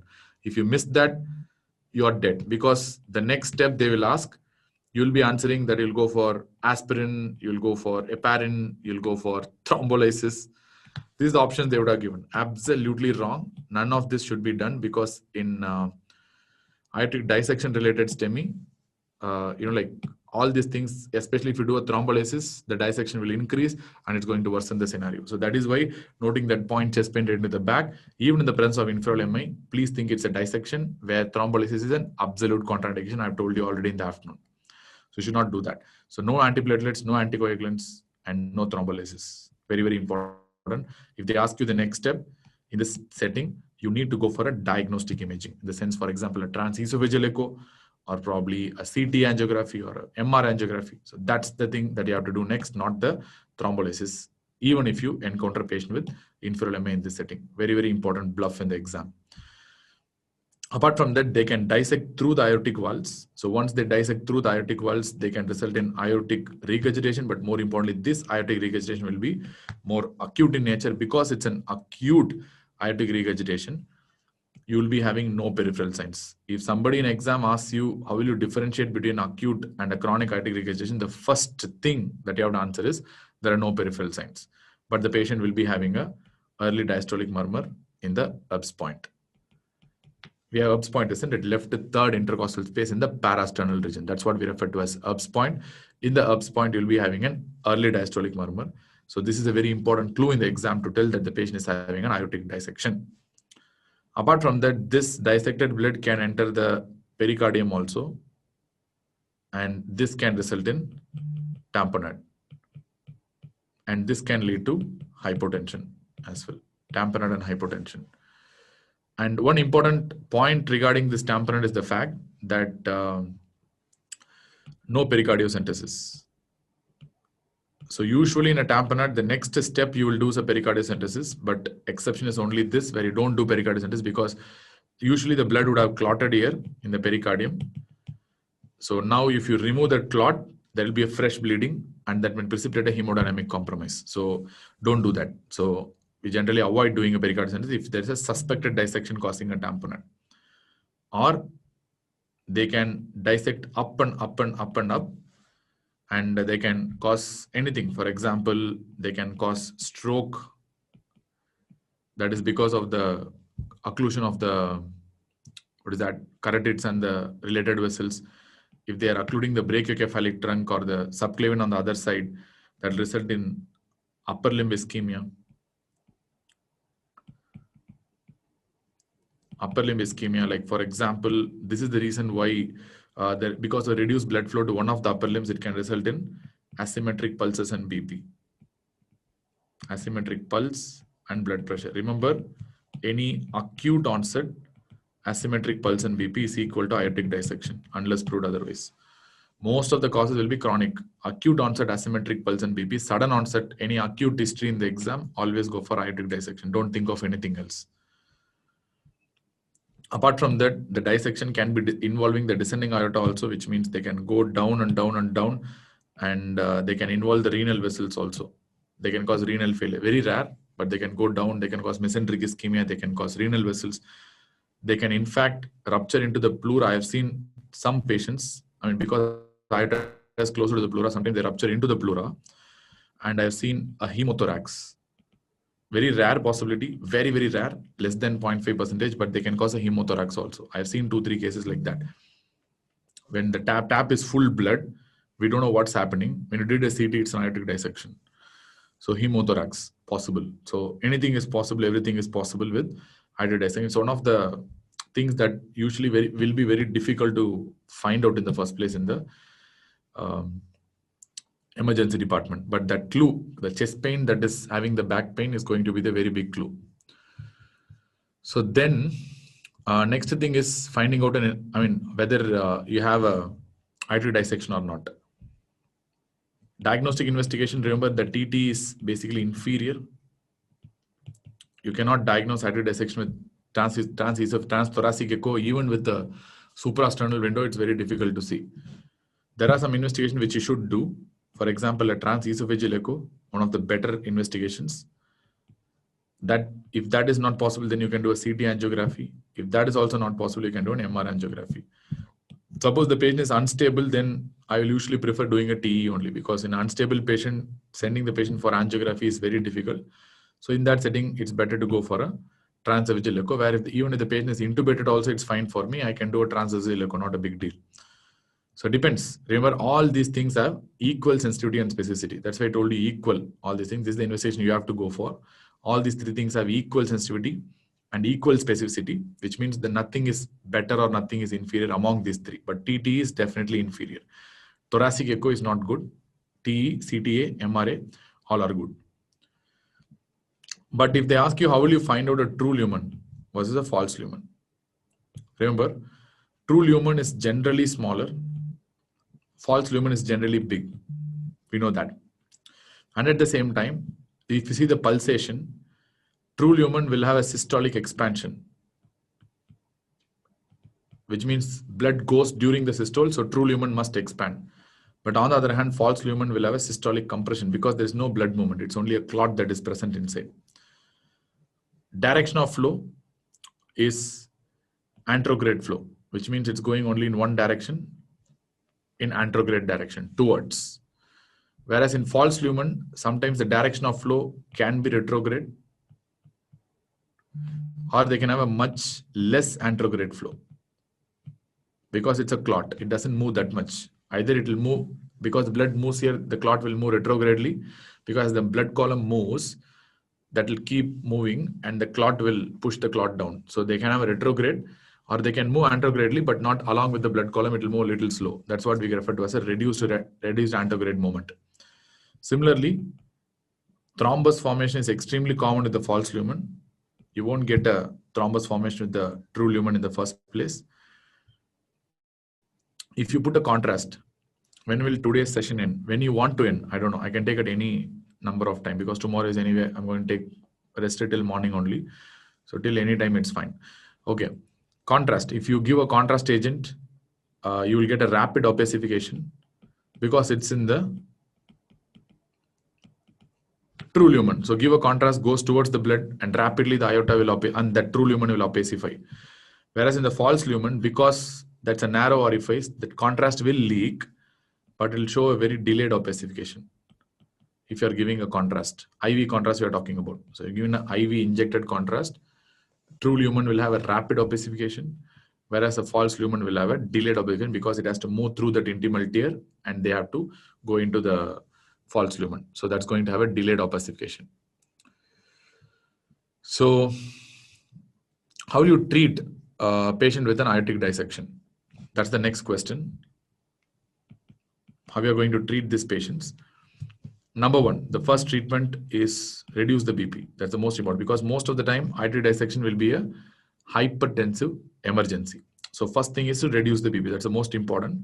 And the target systolic blood pressure should be less than 120 according to the new ACC/AHA 2017 guidelines. The SPP should be less than 120 millimeters of mercury. Riju is telling he's tired. Riju, who should be tired? You tell logically, I should be tired or you should be tired.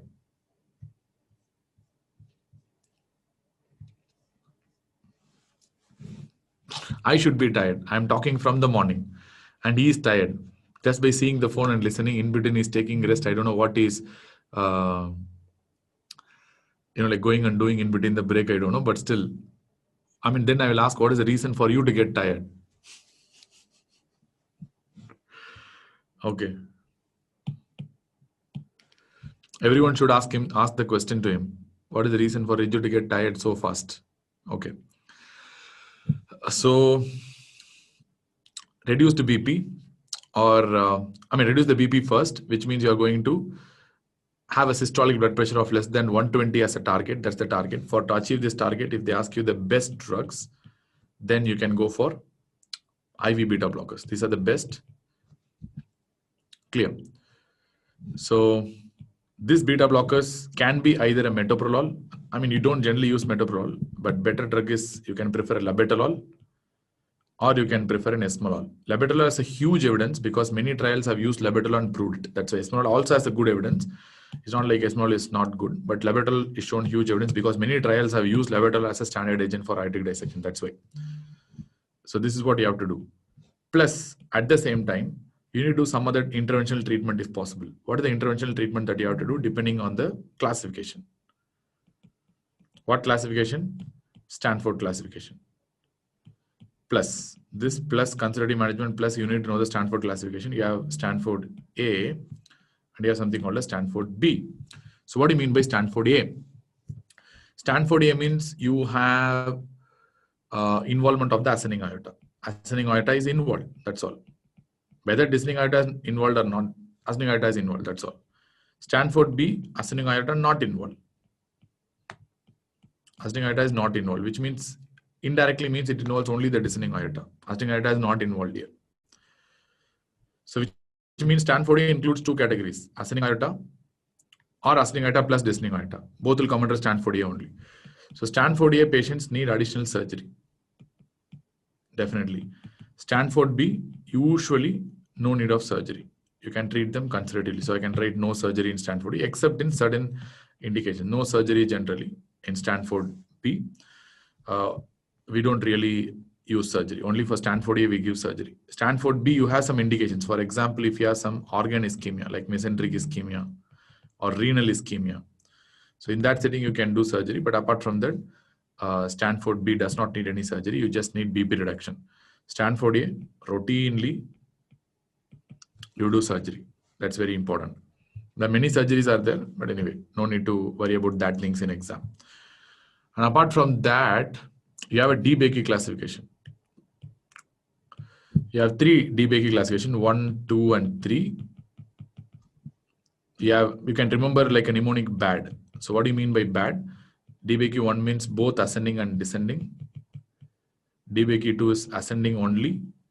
DBakey 3 is descending only. Clear?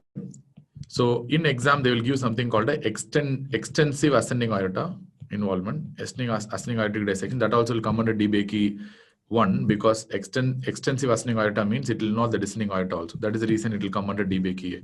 But nevertheless, you can remember with a mnemonic called BAD, where they will have either both ascending and descending involvement, or ascending aorta only or descending aorta only. For that matters, both DBakey 1 and 2 will come under Stanford A, and DBakey 3 will come under Stanford B. So it's quite simple, isn't it? So that's why therapeutically more valuable is the Stanford classification. That's why we use something called a Stanford classification for therapeutic purpose. So remember, Stanford A, definitely surgery. Stanford B, usually don't do surgery. Rare indications of surgery are there. If there is a organ ischemia, then you can do. Remember, one more interesting thing is that there is some arteries that come from the lumbar part of the aorta and the thoracic part of the aorta. You know that arteries are going to supply the spinal cord itself. I think you would have heard of artery of Adam-Kivix. I'm very sure about that. Yeah, artery of Adam-Kivix. So which means aortic dissection can result in paraplegia also. So if they ask you whether paraplegia could be one of the manifestations of aortic dissection, yes, absolutely possible, because whatever artery that comes from the aorta has a possibility of occlusion in aortic dissection. That's the most important point. Yes. So that is the most important point here. Clear? So then finally, I'll close the session. Don't worry about that. So I'll close it with AAA, that is ascending aortic aneurysm. Ascending aortic aneurysm, that is AAA. That's a very important topic for exam. So I'll tell you only the important points. Remember, the most common reason for developing AAA, that abdominal aortic aneurysm, is atherosclerosis. Atherosclerosis is the most important reason for developing an abdominal aortic aneurysm. Remember, thoracic aortic aneurysm, especially of the ascending aorta, if you develop an aneurysm, that is usually due to systemic hypertension. Hypertension in the thorax, atherosclerosis in the abdomen. This is how you have to remember. Most common causes. What surgery for? You need to know the surgery for aortic dissection. Really? My God. There are many surgeries out there. I'll tell you in some time. There are some named surgeries. 2-3 named surgeries are there for aortic dissection. We'll come back to that because I want to finish this AAA first. So atherosclerosis is going to be the most common cause for abdominal aortic aneurysm. So next, what we want to know is like, what is a common site for developing this AAA? Everyone will be aware of this. That's called an infrarenal aorta. Infrarenal aorta, that's the usual common location. So for example, if you see aorta that is bifurcating into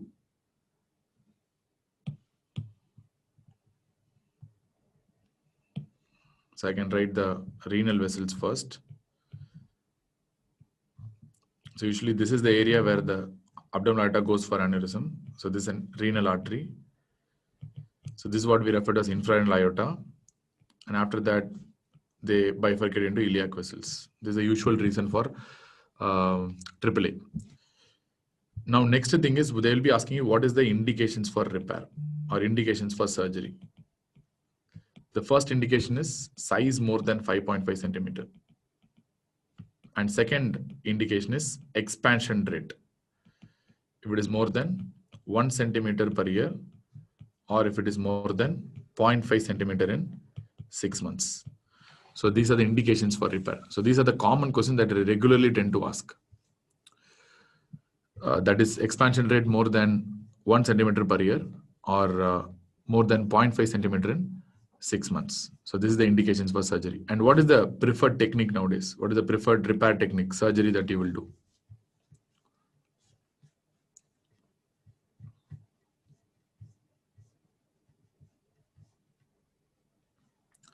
Yes, that's called an EVAR. That's called an endovascular aneurysmal repair. That's what we refer to as something called an EVAR. So what we do in EVAR is you just go endoscopically and you place a Dacron graft. You place a Dacron graft here and you sew it on both sides. And you sew it on both sides. So this is what we refer to as a EVAR, that is endovascular aortic repair. So that is EVAR.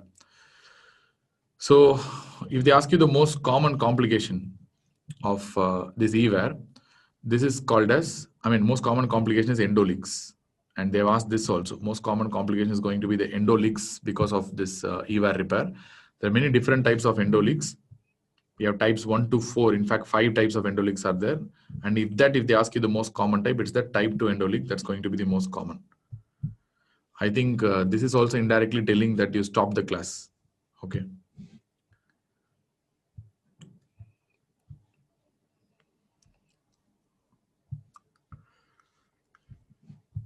Okay.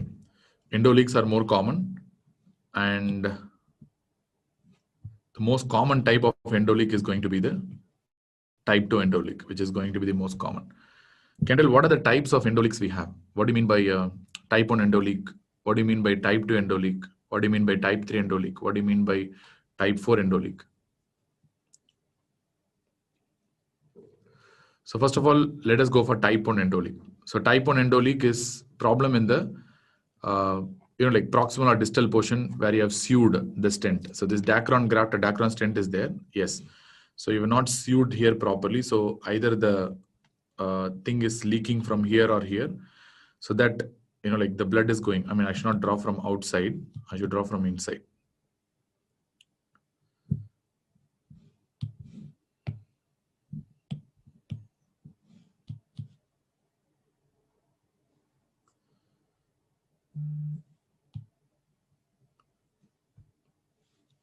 Just hold on. I think it's getting overloaded. That's why.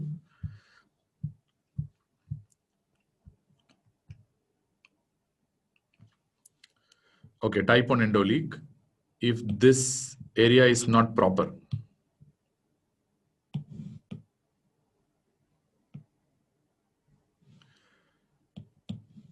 this seal is not proper. So which means if this leaking through this seal. So this is what we refer to as a type 1 endoleak. And then you have a type 2 endoleak, where in type 2 endoleak, usually this part of the aorta will be having some mesenteric and lumbar vessels. These are the mesenteric and lumbar vessels. Because you are creating a low pressure zone, the blood can move from this portion to this portion back into the aortic that area. That's called as retrograde flow.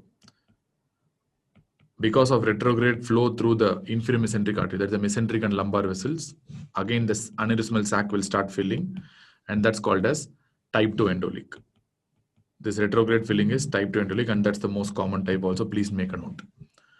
And apart from that, you can also get type 3 endoleak, where there is a direct fracture in the graft, which means the graft itself has fractured directly, which results in filling of the aneurysm again. That's a type 3 endoleak. And a type 4 endoleak, that's very difficult to detect and very difficult to cure also, which means there will be a slow, movement of the blood, some fluid from the graft into the aneurysmal pouch. That is by filtration process. Filtration means when you are pushing it in a high pressure across some particular substance, some leak because of the high pressure itself can happen. Slowly that fluid will diffuse. So through that, if it feels by filtration process, that's called a type 4 endoleak. And you have a type 5 endoleak also, where angiography will be completely normal, where you don't have any problem at all in angiography, but still your aneurysm will keep expanding. That's like an idiopathic thing, like a demon. It's a type 5 endoleak. So when you start with a type 1 endoleak, I can tell it's the problem of the graft seal. That's the problem in type 1 endoleak. Type 2 endoleak is due to retrograde flow from mesenteric and lumbar vessels.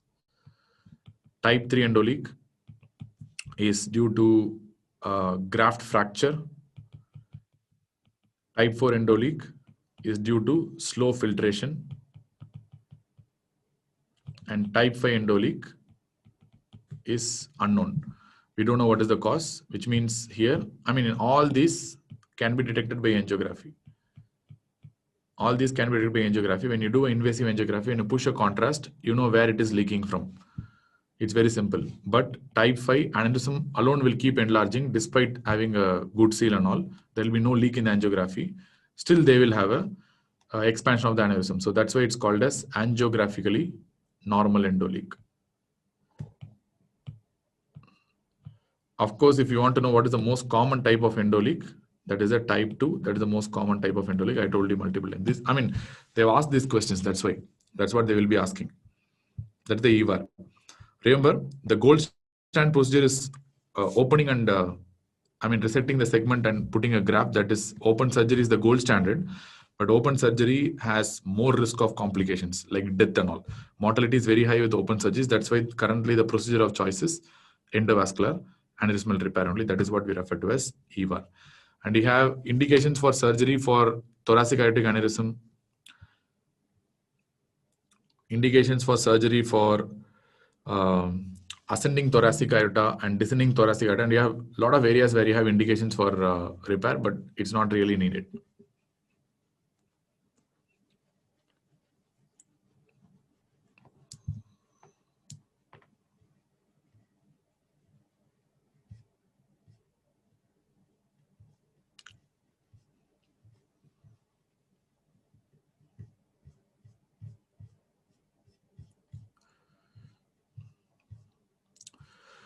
Okay, I think you have copied down. With this, I will close down. Yes, AV is asking dissection is a pseudoaneurysm. Yes, it's a pseudoaneurysm. I was supposed to tell, but I didn't tell. Dissection is a type of a pseudoaneurysm only. So why it's a type of pseudoaneurysm? Because it is not having all the layers of the vessel wall. It's having only 2 layers of the vessel wall. So it's, of course, a pseudoaneurysm only. And you have a lot of different radiological signs. Many times in radiology, they will tell radiological signs like Mercedes-Benz sign. And you will be seeing all this in radiology. I don't think they will ask in this kind of current scenario for exams. That's called Mercedes-Benz sign.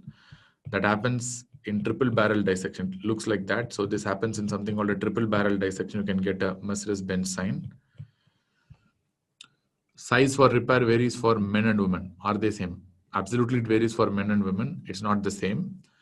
But in exam, I don't think they will give for men and women. I've seen all the questions till the last year. They are just asked what is the criteria for repair. That's all. It's 5.5 centimeter universally. But of course, in women, you can keep a lower cutoff, like approximately around 5 to 5.5 is the cutoff for women. 5.5 plus is definitely a cutoff for men. Women will have a 0.5 centimeter less, but still, it's always 5.5 as far as exams are concerned. Mercedes-Benz sign. Then we have something called a Beek sign. So many different signs are there. So these are also signs of aortic dissection only. There are many other signs are there. Clear? Fine. I mean, double barrel is telling in chronic dissection. Yeah, actually, I mean, I don't know whether it's double barrel or triple barrel, but most important thing is subacute and chronic dissection can be easily differentiated. So remember, whenever you have an intimal tear, in acute dissection, you will have only one opening. You will not have any distal opening. So your blood will go inside. That's all. So this is acute dissection. But in a subacute and a chronic dissection, if it goes for a chronic dissection, what happens is the distal end will open up. So which means this area, the blood will be there, and the distal end also will open up like this. So proximal end is already closed. So distal end also will open. Distal end will open up. So what will happen in this setting is the blood will go here, and the blood will come out like this. So which means there will be a movement of blood that is happening from the false lumen, true lumen into the false lumen, and they come out again to the true lumen in a distal area. So this kind of dissection is what we refer to as a double barrel dissection. So why? Because you have two things that are moving simultaneously. So that's why it's called a double barrel dissection. So first of all, don't mug it up, try to understand what's really happening here. So that is because of the opening that you're seeing here. So that's what happens in a chronic and a subacute dissection. Anyways, hope today's session is very exhaustive. It's actually exhaustive for me. Let us see tomorrow if possible. I'll inform you if there is a tomorrow's class in Telegram group. Thank you very much. Good night.